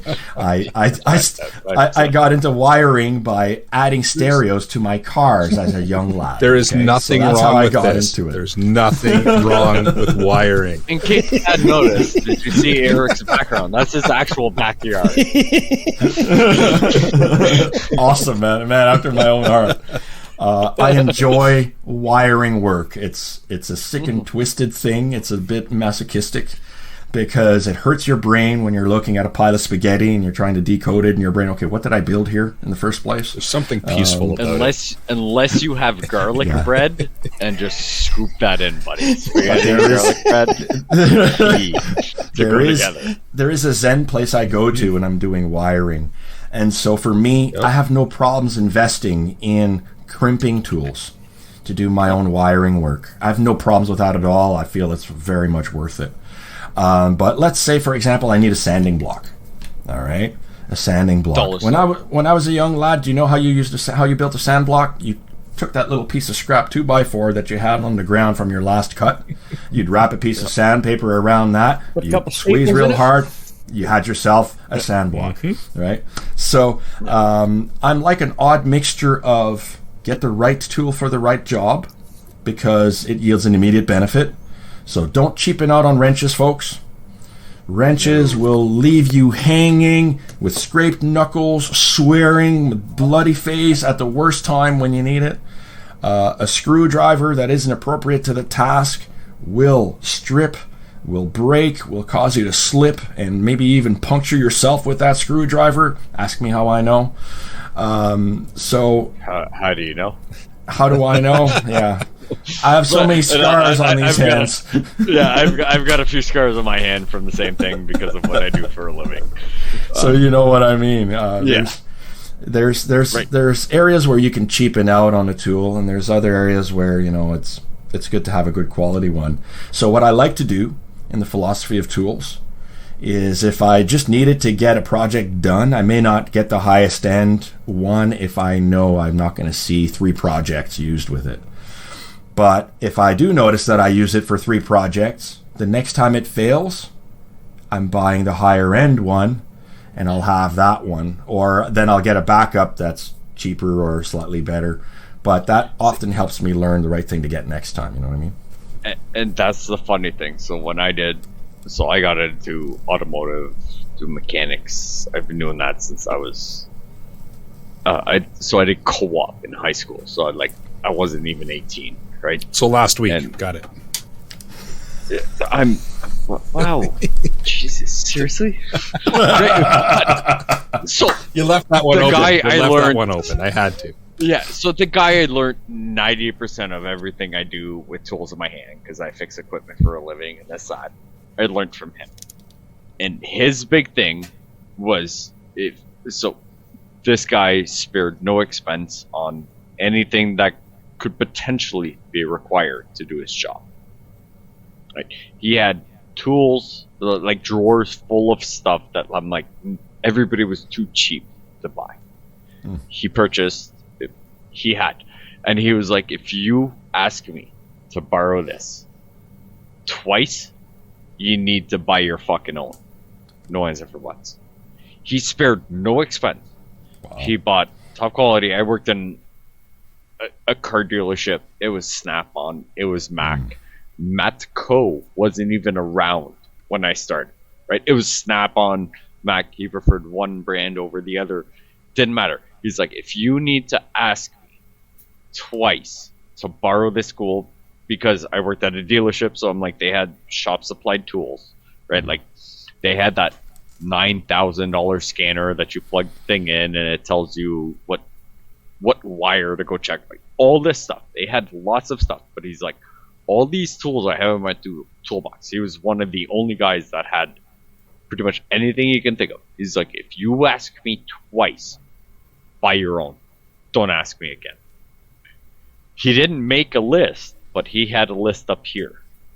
And like, there was nothing. Like, it was one of those things where that was one of the first things I learned. If you need to ask someone to borrow something to do your job, you either need to purchase this or go to Canadian Tire, Princess Auto, whatever the store is. You may not need to purchase, the $1,000 kit to do this, depending.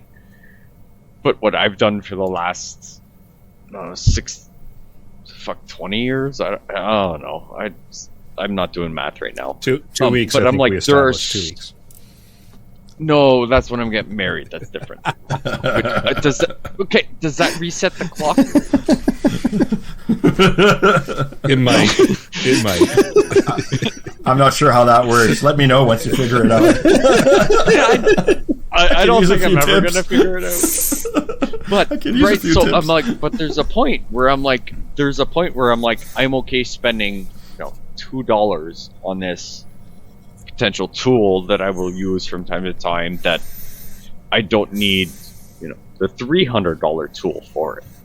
But there are also certain points where I'm like, there's a hard break where I'm like, no, you need to buy quality over what the price is. Yes. Right. When my philosophy is this, I'll scan the prices. When the extra jumping quality isn't more than a certain price bracket, and I reserve the right to determine what that bracket is at the time and place of the purchase. Especially that scope on that 308. Don't even get me started about optics, brother. Oh, yeah. Monday Don't get me going about optics. Monday nights. But example, socket set. A socket set, right? A silly little thing. Well, the very first socket set I purchased when I was 17 years old, guess what? I still own it. And it had a lifetime warranty on it. But after a lifetime or so of usage, is 25 years or more of usage start to count as lifetime? Yep. I don't know. It's a good question. Yeah? Okay. So after a lifetime of using it, I've realized that I don't like the design on the direction changing flip it doodad thingy dingus. So is that the official name of it? Yeah, I just dubbed it that. You just have that hard transition of becoming an old man. That's that hard thing where it's like, get off my lawn. But you gotta check this though. I might be an old man, but I'm definitely not obsolete yet. Keyword on being yet. but sure. Oh, there's one day I will be obsolete. I'm starting to be. We all are. I was honestly sure that by now I wouldn't be needed as a computer tech, because that was my former craft, former that's expertise. why you went up north. Right? Yeah. So, like, I've known you for 3-4 years, off and on. Have helped me out many times, sighting in rifles, learning this, learning that. The whole reloading process starting with you, where I've gone down way too many rabbit holes on that side, right? And like we hadn't chatted for a little while, and it was that transition where you're talking about where you did your, year off grid, where I messaged you and I'm like, hey, we haven't chatted in a while. Like, hey, how's it going? Like, we're gonna come up and see you, and you're like, that's a long travel. I was like, but Smith Falls is like an hour and a half, 2 hours from where I live. You're like, no, I'm up here now, and you send me a pin drop, and I'm like, that's fucking 8 hours away. And I'm like, I'm not opposed to driving 8 hours. Don't get me wrong, right? Like, road trip. You've helped. We've had those little random chit chats. It all started by me walking in saying, I'm taking my lunch break, and I'm getting my firearms license real soon, and like, it was one of those weird rabbit holes where I'm like, I'm looking at this one. He was like, how much are you willing to spend? I was like, I'm not saying I have an actual budget. He's like, hold a Tika. And I'm like, now we own Tika, right? Like, of course. It was one of those, but like, very friendly guy, and like, it just progressed to like, just me randomly in a gun store before I got my license. I'm like, fine, I can't hold it, but whatever. Where I'm like, we've communicated many times, we've helped each other for many things, and I'm like, it's nice to see that progress. But I'm like, I'm not saying I like interacting with people. That's beside the point. But but just seeing that, where I'm like, like, my biggest thing is like, you had a year's worth of supply of food. So is that just saying you had a year's worth of supplies of like chunky steak and potato soup? No. Or was it a variety of things, right? Because like, huge variety, yeah. Because depending who you talk to, was it all like Campbell soup, chunky soup, and like 9 different flavors for everything, or was it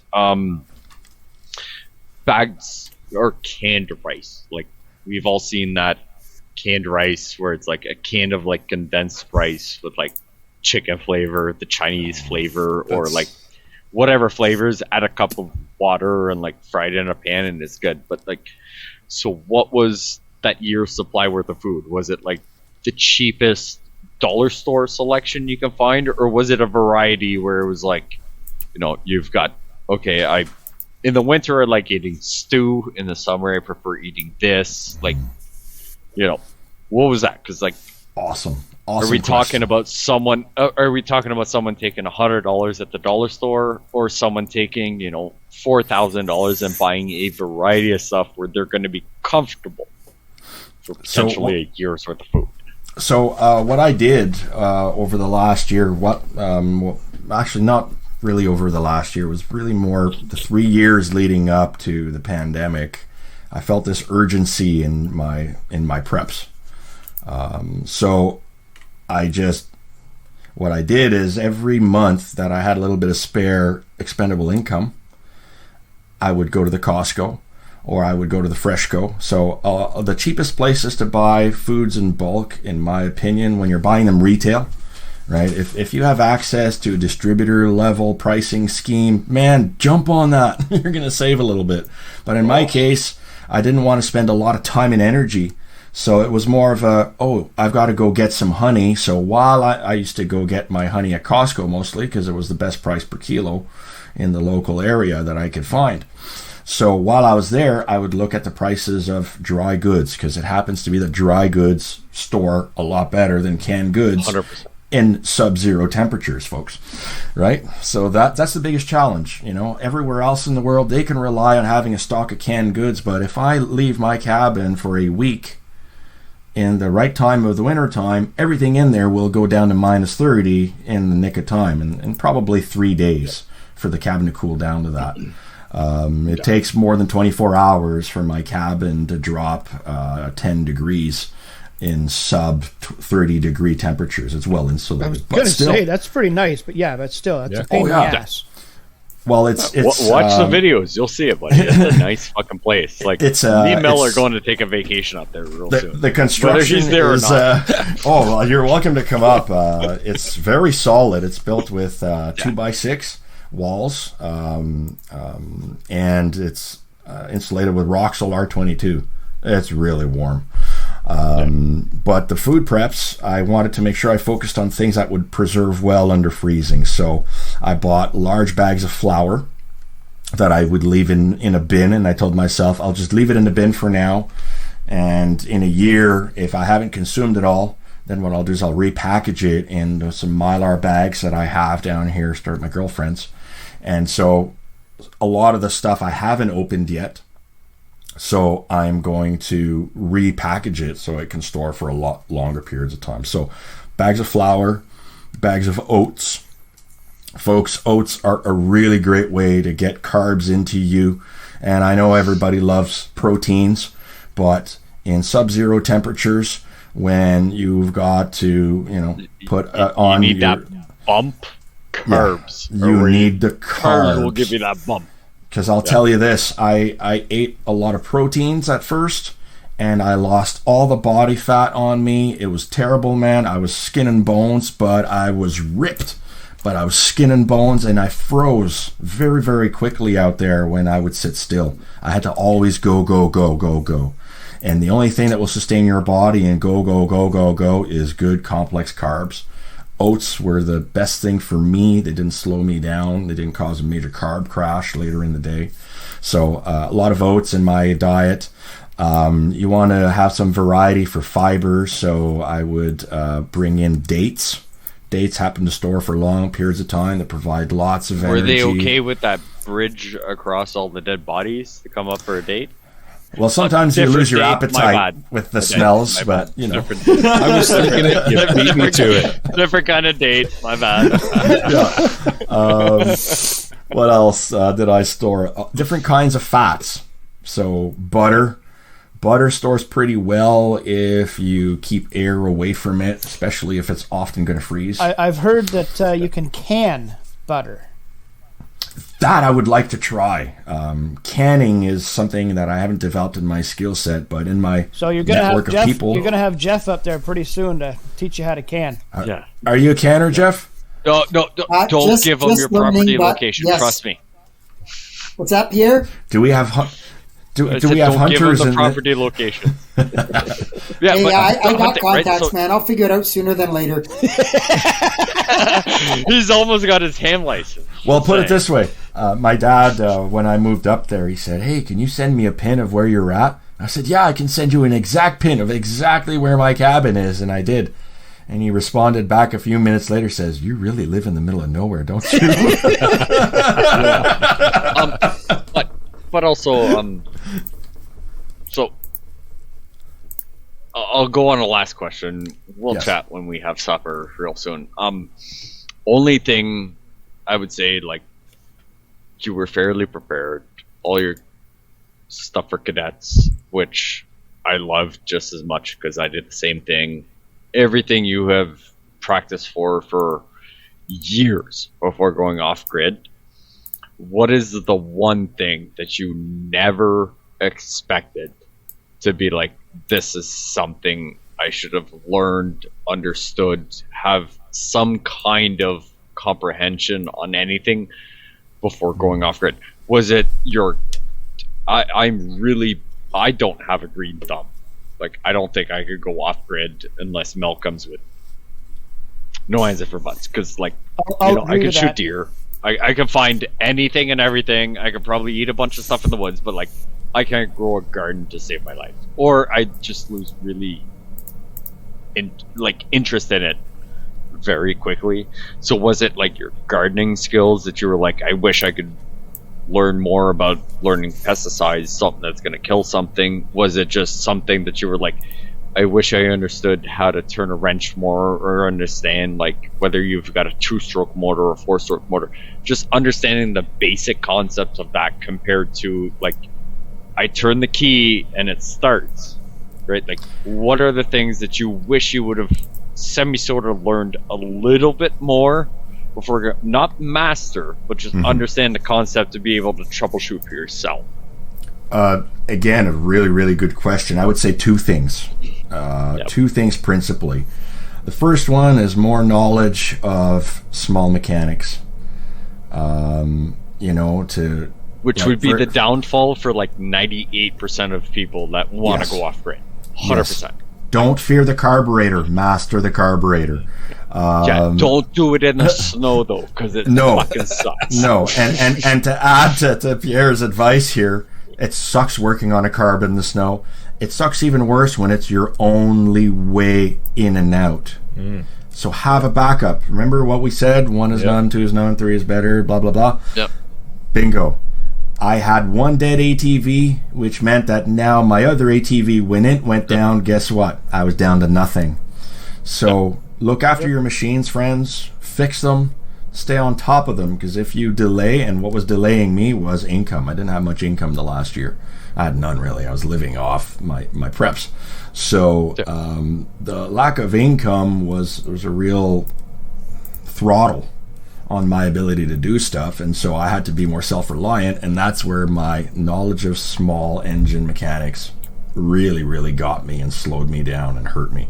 The other one that I would have made a lot more progress in terms of my preps in the last year was the green thumb business, friends. Oh, buddy, that's like I don't know why they call it the green thumb. Green seems like an easy color to get. Green thumb is like the hardest thing to get. You have easier time putting your thumbs in other things compared to getting a green thumb, but that's for a different. I'm sure. I'm not going there. I'm sure, like anything, if I was to really focus, so I tend to do well at anything I really focus in on and decide I'm going to be excellent at this to the best of my ability. I'm going to master this to the best that I can. I usually do a half-ass job at it, at least, if not decent. But man, the one thing that I haven't just been able to do all by myself like that is understanding of when is it time to plant. What do you have to know about soil? What do you have to know about the plant? What do you have to know about the food? There's so much I don't know that I felt very overwhelmed. So was that also a self-reliant on like the store around the corner or the nursery around the corner saying like put your plants in, buy this feed, this fertilizer, this, right? All the stuff that is readily available at the swipe of a card.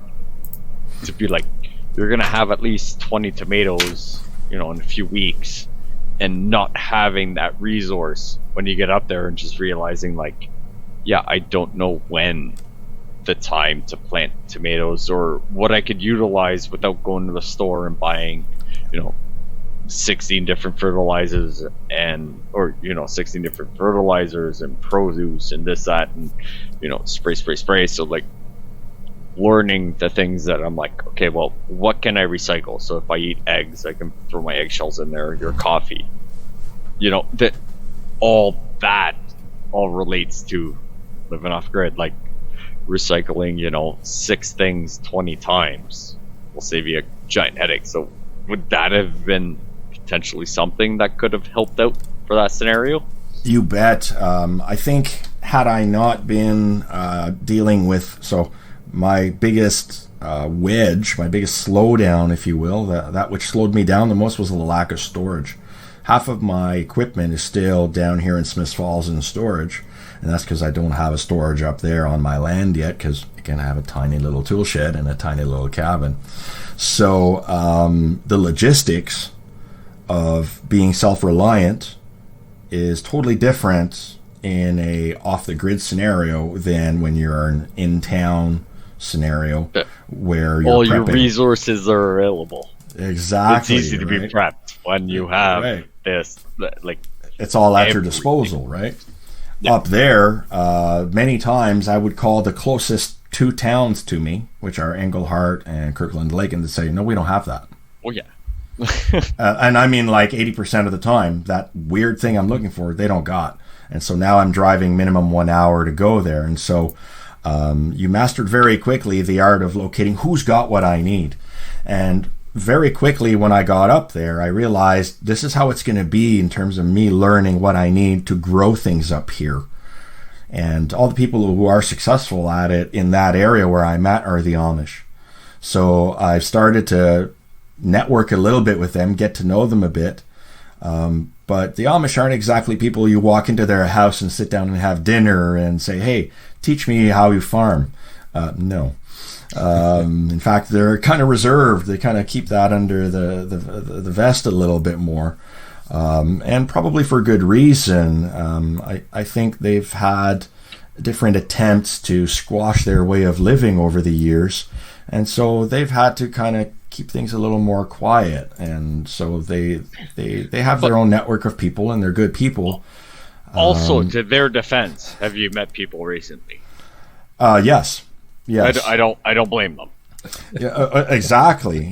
So one of the first things I do when I chat with them is I just let them know that, and I saw one of the listeners said, you can't exactly just pick up the phone and call them, and that's so true.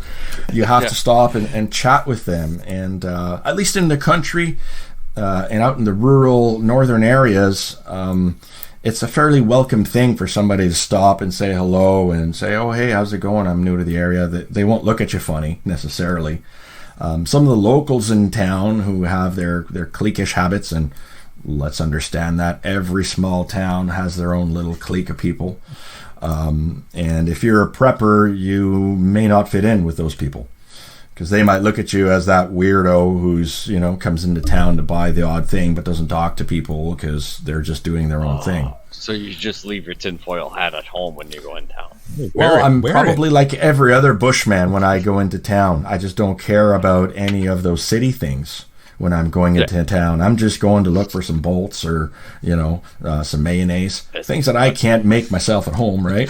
Bolts or mayonnaise? Right. Bolts, mayonnaise. Right. I'm talking about some of the most common things I used to go to town for. Bolts, fasteners. When you've got access to a sawmill. Yeah, it's the weird things you don't make yourself, right? Yeah. I'm part that's French. Because you don't have enough chickens. I'm part French, so mayonnaise is like a staple. You have to have it, like 2 or 3 different kinds of mustard. Do you have any Great Poupon? Oh, God. Not of that brand, but I do have 2 types of Dijon, yes. Oh, boy.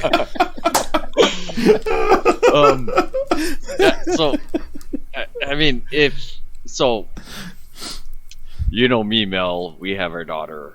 Our ultimate dream is to be off-grid and self-sufficient. If there was one thing you could tell whether it be a single person, a person that is married with a significant other, or someone that is married, significant other, and kids, what would be the one thing you would recommend to be like, I would, 100%, no ands, if or buts, recommend that you need to look into, or, learn more or be more comfortable with this specifically to make this happen, other than having property, the cabin, whether it be, you understand, it doesn't matter if you've got money to set up an off-grid cabin, put the solar panels in, dig your well, get whatever, right? Like just something completely opposite of what money could buy to get you set up off-grid, but something that could make you self-reliant long-term or a year, right? Like we have $60,000 that'll get me property, solar, and a well, or, water out of whatever creek close by to my house. That's it. I got no money for the next 4 years being up there. What would be the one thing that you were like, you should really work on this to be at least self-reliant, where I'm like, you're not going to be completely screwed? So that's a very loaded question. Yeah, it's a great question. And I would have a hard time answering it had I not seen other people making a go of living off the grid up there, self-reliant. Everybody has their view niche of what self-reliance looks like, right? Based on their niche skill sets. So the comms specialist is going to be like, hey man, if I've got comms, I can get access to anything. And that's absolutely true. one of the reasons why I needed to have my Starlink up there is so that if I'm isolated, at least I'm not without information. Mm-hmm.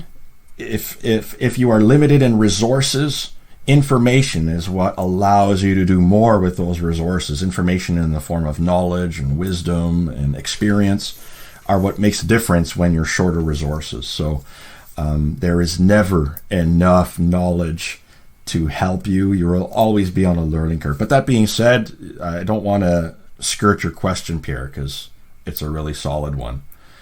If you want to be self-reliant, first you must have the spirit of self-reliance. And I think everybody who's here talking probably has it, or else we wouldn't be here talking. But after the means to actually carry out your self-reliance, so access to land where you can be self-reliant to within your definition, right? So for some people, being self-reliant means I've got a few chickens and some plants growing inside, and I've got my garden full. For some other people, self-reliance means I only want to leave the house and the property for things I can't make myself. I'm trying to get to that degree of self-reliance. Am I there? Oh my God, no. But the idea is that's the ideal benchmark I set for myself. And every time I step a little closer to that, I feel the happy feels. Now, I went into this knowing that, okay, my weakness is growing food. Crap, when you want to be self-reliant, not being able to grow food is kind of a big showstopper. Yep. However, that being said, we have lots of examples of people who have had to hunt and gather to survive, and they did it for generations. But eventually, to thrive beyond survival, they all need agricultural skill sets, don't they? So, if true self-reliance... Vegetarian is just an old word for bad hunter. And if I can jump on that one, okay? I talk about growing food because it's my particular weakness, okay? But let's talk about the realities. I can shoot food, I can't grow food. Well, let's talk about that reality, Pierre. Yeah. You do not find a lot of vegetarians where my cabin is at. And it's very simple, my friends. I agree. Right? Growing season, man. You just got none up there. We still had snow coming down in early June. You've got a meat and potatoes kind of area, right? Yeah. Because the season's short. You can grow potatoes probably really good in that area because it's a short season. Throw some stuff in. Like, it's a meat, potatoes, those short season things. Like, you can't grow something that takes 6 months to grow or whatever. But I'm like, turnips, unfortunately, are really low or very quick growing thing. You're lucky to have corn cobs that make the length of my hand up there. Yeah. Oh, wow. And down here, it's kind of good. Oh yeah, I imagine the kinds that grow well up there would be different from what grows well down here. So okay, so there's a whole other thing. So you can, you read that, Eric. Oh yeah, go Melissa. Vodka friends, vodka is an excellent solvent for degreasing and doing all kinds of things in mechanics. Fuck that. Worst comes to worst, sell that shit and go buy your veggies at wherever you want. Go to the farm boy. And now he's touching on the other survival strategy I had, and here it is. What are my strengths? Well, maybe not, but what are my strengths? What can I do up there that a lot of the local people do not do? Yes, I can roll my own animal. You said earlier, you can sneak up behind people and not know they're there. You can take half their fucking shit. That is a bit of a skill set. I must recognize. Maybe not moral, but it's a skill set. But it's a skill. So the two big ones for me were, how to grow your own food. That was probably my biggest weakness that I'm constantly aware of. So I'm always on the lookout for more info. But I knew going up there what that weakness was. So I went heavily prepped with dry goods and lots of canned goods.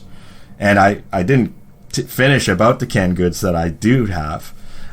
It's a mixture of things that I can eat because I do have some teeth issues in the recent past. So I can't eat a lot of the foods that I used to enjoy eating. They have to be soft things now. Yeah, A real bummer, actually, but we'll get to that some other day. So my canned goods included things that were high in fiber, because reality of canned goods is you will get bunged up if you're eating a lot of them. So I ate IMPs for a week straight. I get you. You know what I mean, then, man. I've had IMPs 2 weeks, and man, we're gonna get booted soon if we keep on this talk. So I'm gonna go back to the foods I had. We're not talking that right now. Find us next week on the saying, Dark Net. I understand. So I'm just saying, I understand what you mean. My dry goods had a lot of beans and chickpeas, but in my fresh canned goods, on cold nights, I had a lot of beans, a lot of soups, because when you're cold coming in from outside, a soup warms up faster than any other kind of food. And the other things I had in my canned goods were those fruits that just perk me up when I've had my meal and I need something sweet, but low on funds, so I didn't go to the store this week. I'm living off my preps again for the week. Sometimes I would do that for myself. If I was low on money that week or that month, okay, well, I'm going to live more off my preps, so I would always tell myself, what can I do to avoid going to the store again today? Yeah. And then the next day I would repeat the exercise. I wouldn't try to set it for 1 week. That's too much to cope with. It's like just trying to day by day. Yeah, it's like stopping smoking. I could only do it for 15 minutes at a time, Brad. 15 minutes is all I could do. So that's as strong as I would commit myself to being.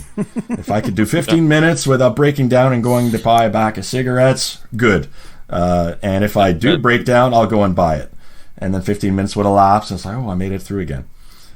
So that's how I did it for not spending. Can I get another week by without going to the store?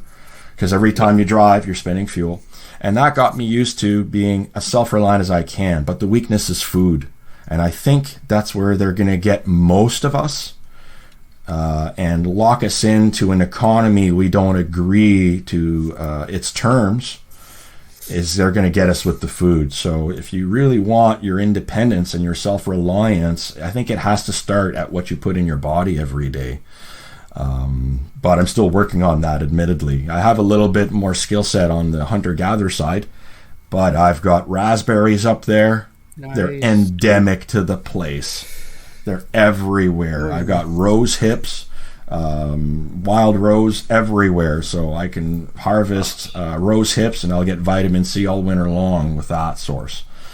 So there's a lot of beautiful things up there. Mel will be up there whether you're up there or not real soon after hearing Oh, man. I wish I had more help to gather all of the raspberries. Oh, and right behind my cabin... Send a pin drop. We already have the pin drop. Mel will be there next Okay, cool. Right beside my cabin, leading to the pond about 75 to 100 yards behind my cabin, there's a little trail. And it is chock full of wild strawberries. Oh. Yum. And so for about 4 weeks of the year, roughly July, you've got the tiniest, most flavorful, most tastiest strawberries I've ever eaten in my life. Except they're small, they're tiny, you get to bend right over, and when you're 6'2", man, that's a lot of work. So I'm going to invite you all to bring up your young ones. She's only about 3.5 feet You're tall. You're reading my mind, brother. I have a daughter. I promise the little ones the same thing I offer any little ones who pick fruit for us. Fill your gullet as long as you put some in the basket too. Yep. Absolutely. Yeah. You haven't seen her in a little while, but like no, she's not that tall, but yeah. So yeah. I mean, so at that point, like so jams and everything. Correct me if I'm wrong, but if you've got jams, liquids, making salsas or whatever, you don't need a pressure canner. You can boil or boil water bath. However that water bath. Yep. Water bath. That's the one. So does that include jams? Yep. That as long as it's not like pretty much raw meat is the only thing you need to pressure can, right? That's what I've been told, and that's what I understand. That's how I understood from But it. I've got a lot to Doesn't learn mean in right. that regard. Jeff, So- I wanna can chime jump in on in that? and say at least for sure jams and salsa you can water bath because I've done it and I'm still alive. Good to know. For now. Because I make a mean salsa. Ooh, buddy. Yes. Yeah, You know, don't wait, just The real challenge mellow I'd like to take on up there is growing hot peppers, because I know it's not natural for a poor hot pepper to grow in, put them in the zone. microwave before you eat them. They'll be warm. Oh boy. So if any of you have some expertise in growing peppers in a cold climate, the Greenhouse. one thing I miss while I'm up there is tasty, spicy foods that make me sweat from the insides. So We have a podcast about a few episodes ago. All right, well, I'll be paying attention because, I do intend to build a greenhouse once I've got a shed finished. That's my current ongoing project to pick up again in spring. Wintertime, it's a little rough to carry a lot of materials in, so I put a lot of construction projects on hold. So Fair enough. really good questions, guys. These are great. Yeah, that's all I've got. Is just those like weird things. Like you've known me for a few years. I'm like you're going the off grid away from the peoples. Has been a giant like kind of chub of mine, and I'm like but just you've done it for a year. Mm-hmm. I know you know quite a bit more for me for many scenarios and everything, but just understand that concept of like this may be something you said you don't have a green thumb, and it's just like I can't grow a tomato to save my life, and I'm like I like salsa but I don't want to go buy food, so I'm like that's a barrier.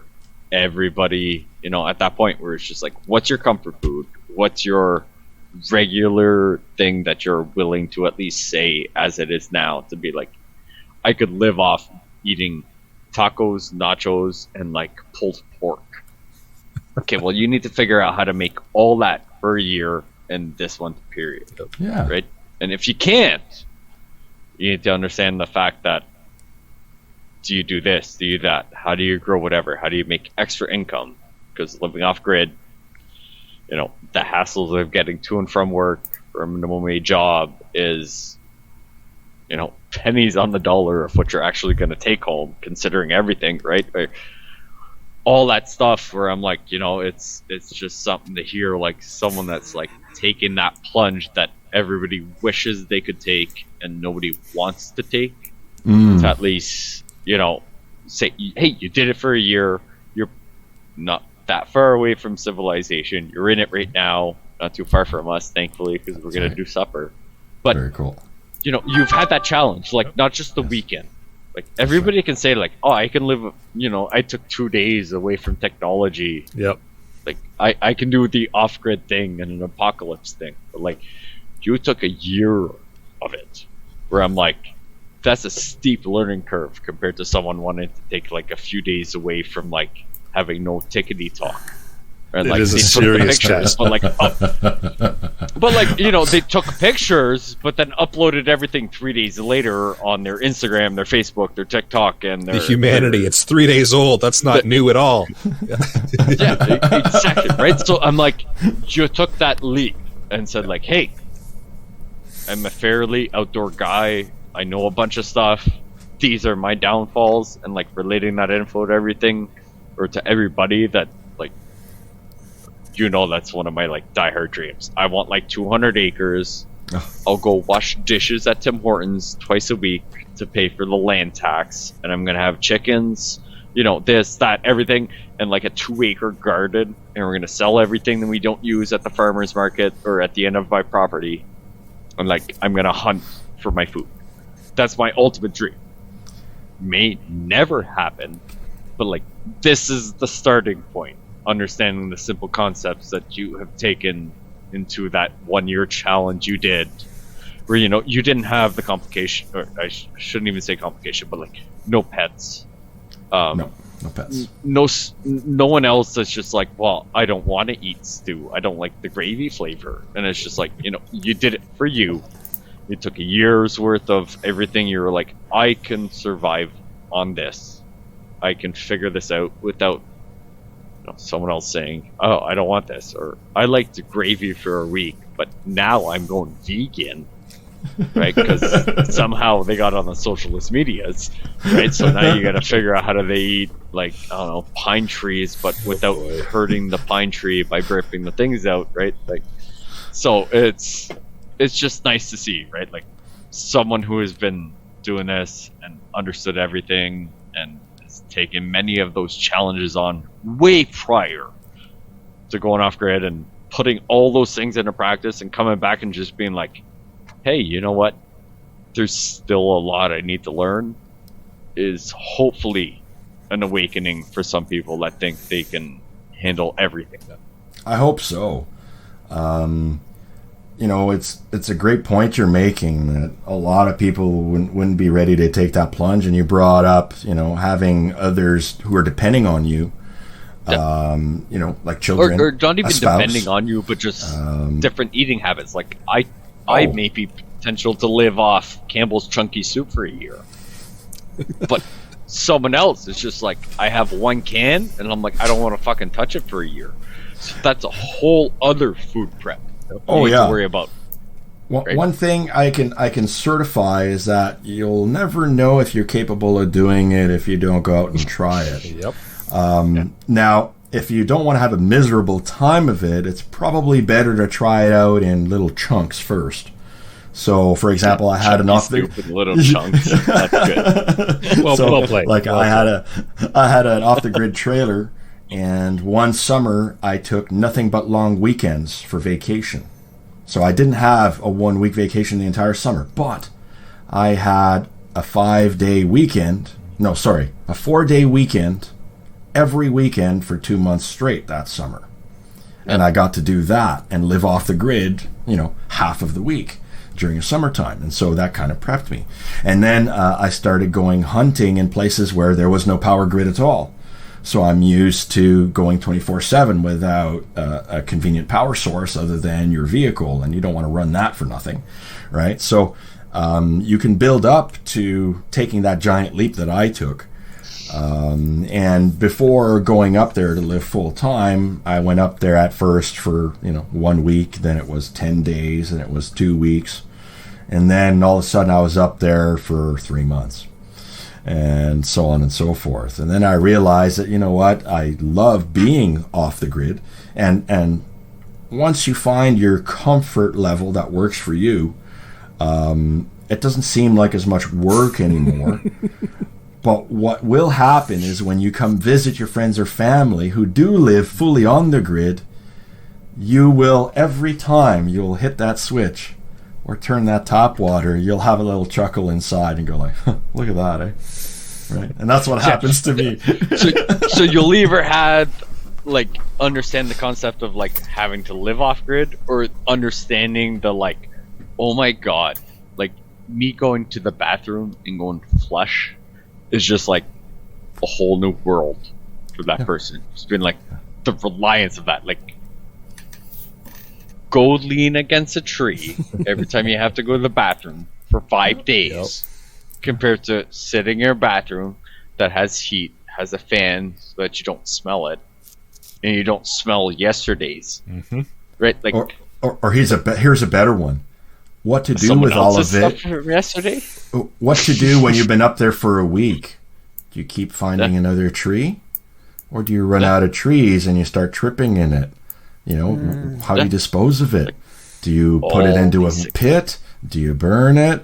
Do you dry compost it? Garden? Right? You put it in your watermelon garden and you sell the watermelons. Don't eat the watermelon, but sell the watermelons. Oh boy! If you can export them, even better, right? This might be a good spot to jump in and maybe say we need a part 2. That'd be fine with me, but it was a pleasure chatting with you all, man. Yeah, we're hitting the 2 hour and 15 mark, and I think we're almost at a record for episode length, which is fantastic. That's impressive. It is impressive. There's been a lot of really, really good information in this episode. I think absolutely Thank you. We need an episode number 2. Because sounds great to me. obvious- I love your questions, man. You're making me think about it, and that's good. Well, it's awesome. I've And you're, been drinking. you're an awesome wealth of You should knowledge see too. me Someone that's lived when the I'm not. off-grid life for a year Yeah. is just fantastic because a lot of us just simply and- haven't done that. So we don't have the experience of going through this, living off of our preps and saying, I've been there, I've done it, I've learned these lessons. And the fact that you're willing to come out here and share that with us and the audience is just fantastic. It's a great insight into something that most of us have not gone through. I want to and that thank you. hard of someone saying, I'm going to take my family off grid, and their kids or Yeah. significant others growing up in like the off grid, where I'm like, they don't understand the concept of like you turn a tap and water comes out because like, no, we need to go get the water or whatever. But like that hard disconnect between the like growing off grid and like saying, I think this would be best to try and everything is, fantastic. It's awesome. I got to visit a couple of off-grid homes way earlier in my journey, and that gave me, I guess, the vision that it's possible, but I hadn't yet defined it for myself. And I guess you could say I'm still defining it for myself, but it's been a really wonderful learning experience, and I would wish for anybody who wants to go that route to do it. Jump into it with both feet. Don't be afraid. The one thing that will kill you before you even lift a finger out there in the bush is being afraid. Don't be afraid. Cougar. It's a different kind of cougar if you're into And that's a really great comment down there. Stay safe and carry your weapon. I've always got something on me. Always. allegedly. Allegedly. Allegedly. But I've always got something It's on live, me. it's recorded. It's a useful tool when you're living in the bush. You're supposed to have tools with you, so it's expected. I go to town with knife and Gerber, my multi-tool on the side of my fully open, and nobody even bats an eyelash and says anything. Yeah, It's a tool. in town here in the city, they look at me a bit more funny when I walk around with all of that on, but I've gotten so used to it, it's like wearing a watch. Yep. And it probably would be the same for anybody who gets into the habit. So it's the same for living off grid. You can turn it into a habit, and I would love to turn this into a habit and come back and tell you more about what I'm learning and as it goes on. We would absolutely welcome you back anytime, whether we're talking about this stuff or we're talking about something else. You're welcome to come back and chat with us. We're not anytime. we're not doing this re-chat on 200 though, because we might have something. This is true. Yes, episode 200 is coming up. We got something going on then. Welcome to come and join us You for got 200. of course. 199 Yep. or 201. Yep. I would love to. It's been great hanging out with you. Or join us on 200 as well. It's I just might do that too. I'll probably be lurking around. You've opened the door now. Yep, that's you know how it is. Yep. When you open the door, Yep. You know how to get in now. Yep, we're not getting rid of you. Got it. right on. When you open up Appreciate the it so door, much. the smell goes to everybody. Oh, that's a different. That's a kind of door. different door. Yeah. That's right. And that's good with me. All right. Shall we move thanks, into guys. the podcast challenge? So, podcast challenge for this episode is find a piece of equipment that you rely on, get a second one. Simple as that.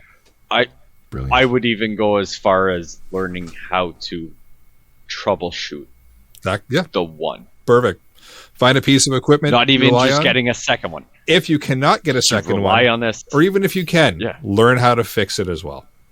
Perfect. Brilliant. Learn to troubleshoot. You may not be able, like, say your generator is your one thing and you blow a cylinder. You may not be able to learn how to do an oil change, do your maintenance Do on the it basics. instead of buying a second one.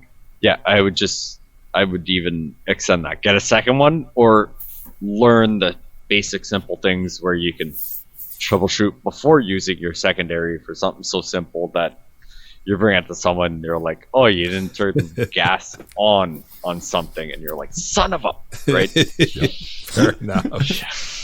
Let's hear it for the backups. Absolutely. Absolutely. Yeah. Upcoming Do both. Upcoming events. We've still got the annual Preppers Meet coming up in Desborough, Ontario, July 6th to the 9th. They have put a call out for volunteers, so I have put in the live chat link for that. So they're looking for some folks to put in some time and help them out with some things. So if you're interested in lending a hand, check out the link. And even if you're not able to volunteer, if you just want to come out and check out the event, it is a fantastic event. Definitely worth the trip out, and go learn some new skills, because you'll definitely have some available to you there. If I lived closer, I would volunteer. And hopefully it'll help off grid. Okay. Awesome. Jeff, you got a weather blurb? Yeah, I'll try and be quick. We're gone a long ways here. So if you're beat a anywhere in record, the eastern U.S., if you're anywhere in the eastern U.S., be on the lookout for a nor'easter coming up in the next few days. Chances are getting more and more higher it's going to happen. So we're talking like southern New York State, New York City, Vermont, New Hampshire, Maine, all those places. You're going to get it. It could potentially, in some spots, reach blizzard criteria. Impact on the Maritimes is still to be determined. I'll update the Discord when I get more information. At the same time, there's another atmospheric river heading for California, dumping more rain, more snow in the higher elevations. While it's great for the drought and basically all of California, there are no more exceptional or extreme drought statuses in the state of California. So, while that's great for them, of course, the flooding isn't, but sometimes you got to take the good with the bad.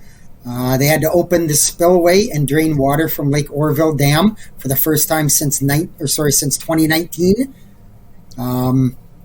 Just to give everybody an idea of trying to grasp the concept of how much rain they've really had. Think about a lake and how much water it's going to take to raise a lake 1, 2, 3 feet. December 31st, Lake Oroville was at 700 feet. It's presently at 840. So that's a lot. So you're talking about 140 feet of water in less than 3 months. So they've had. I mean, they needed it desperately, but like I say, sometimes there's too much of a good thing, but. I think it'll do them well for in the future. And obviously none of that water's counting all of the snow that still needs to melt. And there's 30, 40 feet of that in spots that needs to melt. So anyways, that's it. Thanks. All right. Well, with that, I'll bring episode number 198 of the Canadian Prepper Podcast to an end. You can find the podcast on iTunes, Podbean, Spotify, or of course your favorite podcast app. Please help us out. Take a second to submit a review, not a 1-star. It does help other people find us. And if you're in the pre-chat, everybody gets that. 1 star for you.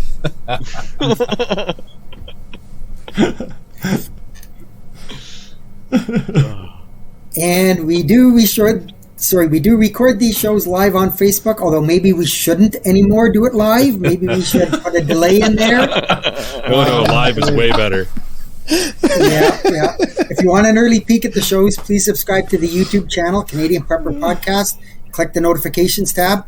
This gives you an alert when we're going live. If anybody wants to reach me, I'm at feedback@prepperpodcast.ca, or I'm frequently on our Discord. If anybody wants to reach out, I'm at batbradcpp@gmail.com. You can potentially reach me, probably my significant other, Mel, off the wall customizing at Gmail or all the socialist medias. If you want me on Discord, because technically I'm signed up to it, but I don't check it, send me a personal message, or you can find me Monday nights where I end up a little bit more spicy on my critiquing of the government. Oh, I don't know if it could have got more spicy, Pierre. It got a little spicy tonight. Oh, do I have a few episodes you may not have listened to? Because I have gone on some side tangents on that one. But yeah, and keep an eye on the socialist medias for Off the Wall Customizing. We potentially have a brand new machine that you probably can't see or understand, but few people have seen some of the products that may come out of it. Laser. I am having a fucking blast. It is awesome. There's a bunch of new shit that can come out of it. Fantastic. So, yeah, it's cool. All right, Frugal Gunnie, where can everybody find you? Well, again, another good question. I've recently waded my toes into the cesspool of social media, so you will find me on Facebook. I've even posted a link to my newest video on there. I don't have any friends yet, so feel welcome to friend me. I don't care to see anybody from countries who are trying to scam me, so fair enough. Get away. But they'll all come no matter what. I'm also, of course, on the YouTube, so I'm on the Facebook, I'm on the Gram. That's what I got for now, and it's Frugal Gunnie across the board on all of them. Awesome. I put a link in the live chat for those of you that are watching, so you can follow through there and definitely check out his videos. For me, you can check out rapidsurvival.com and get me there on the live chat. You can also email me at feedback@prepperpodcast.ca. So thanks for joining us for this episode. Until next time, be prepared, stay safe, and keep learning.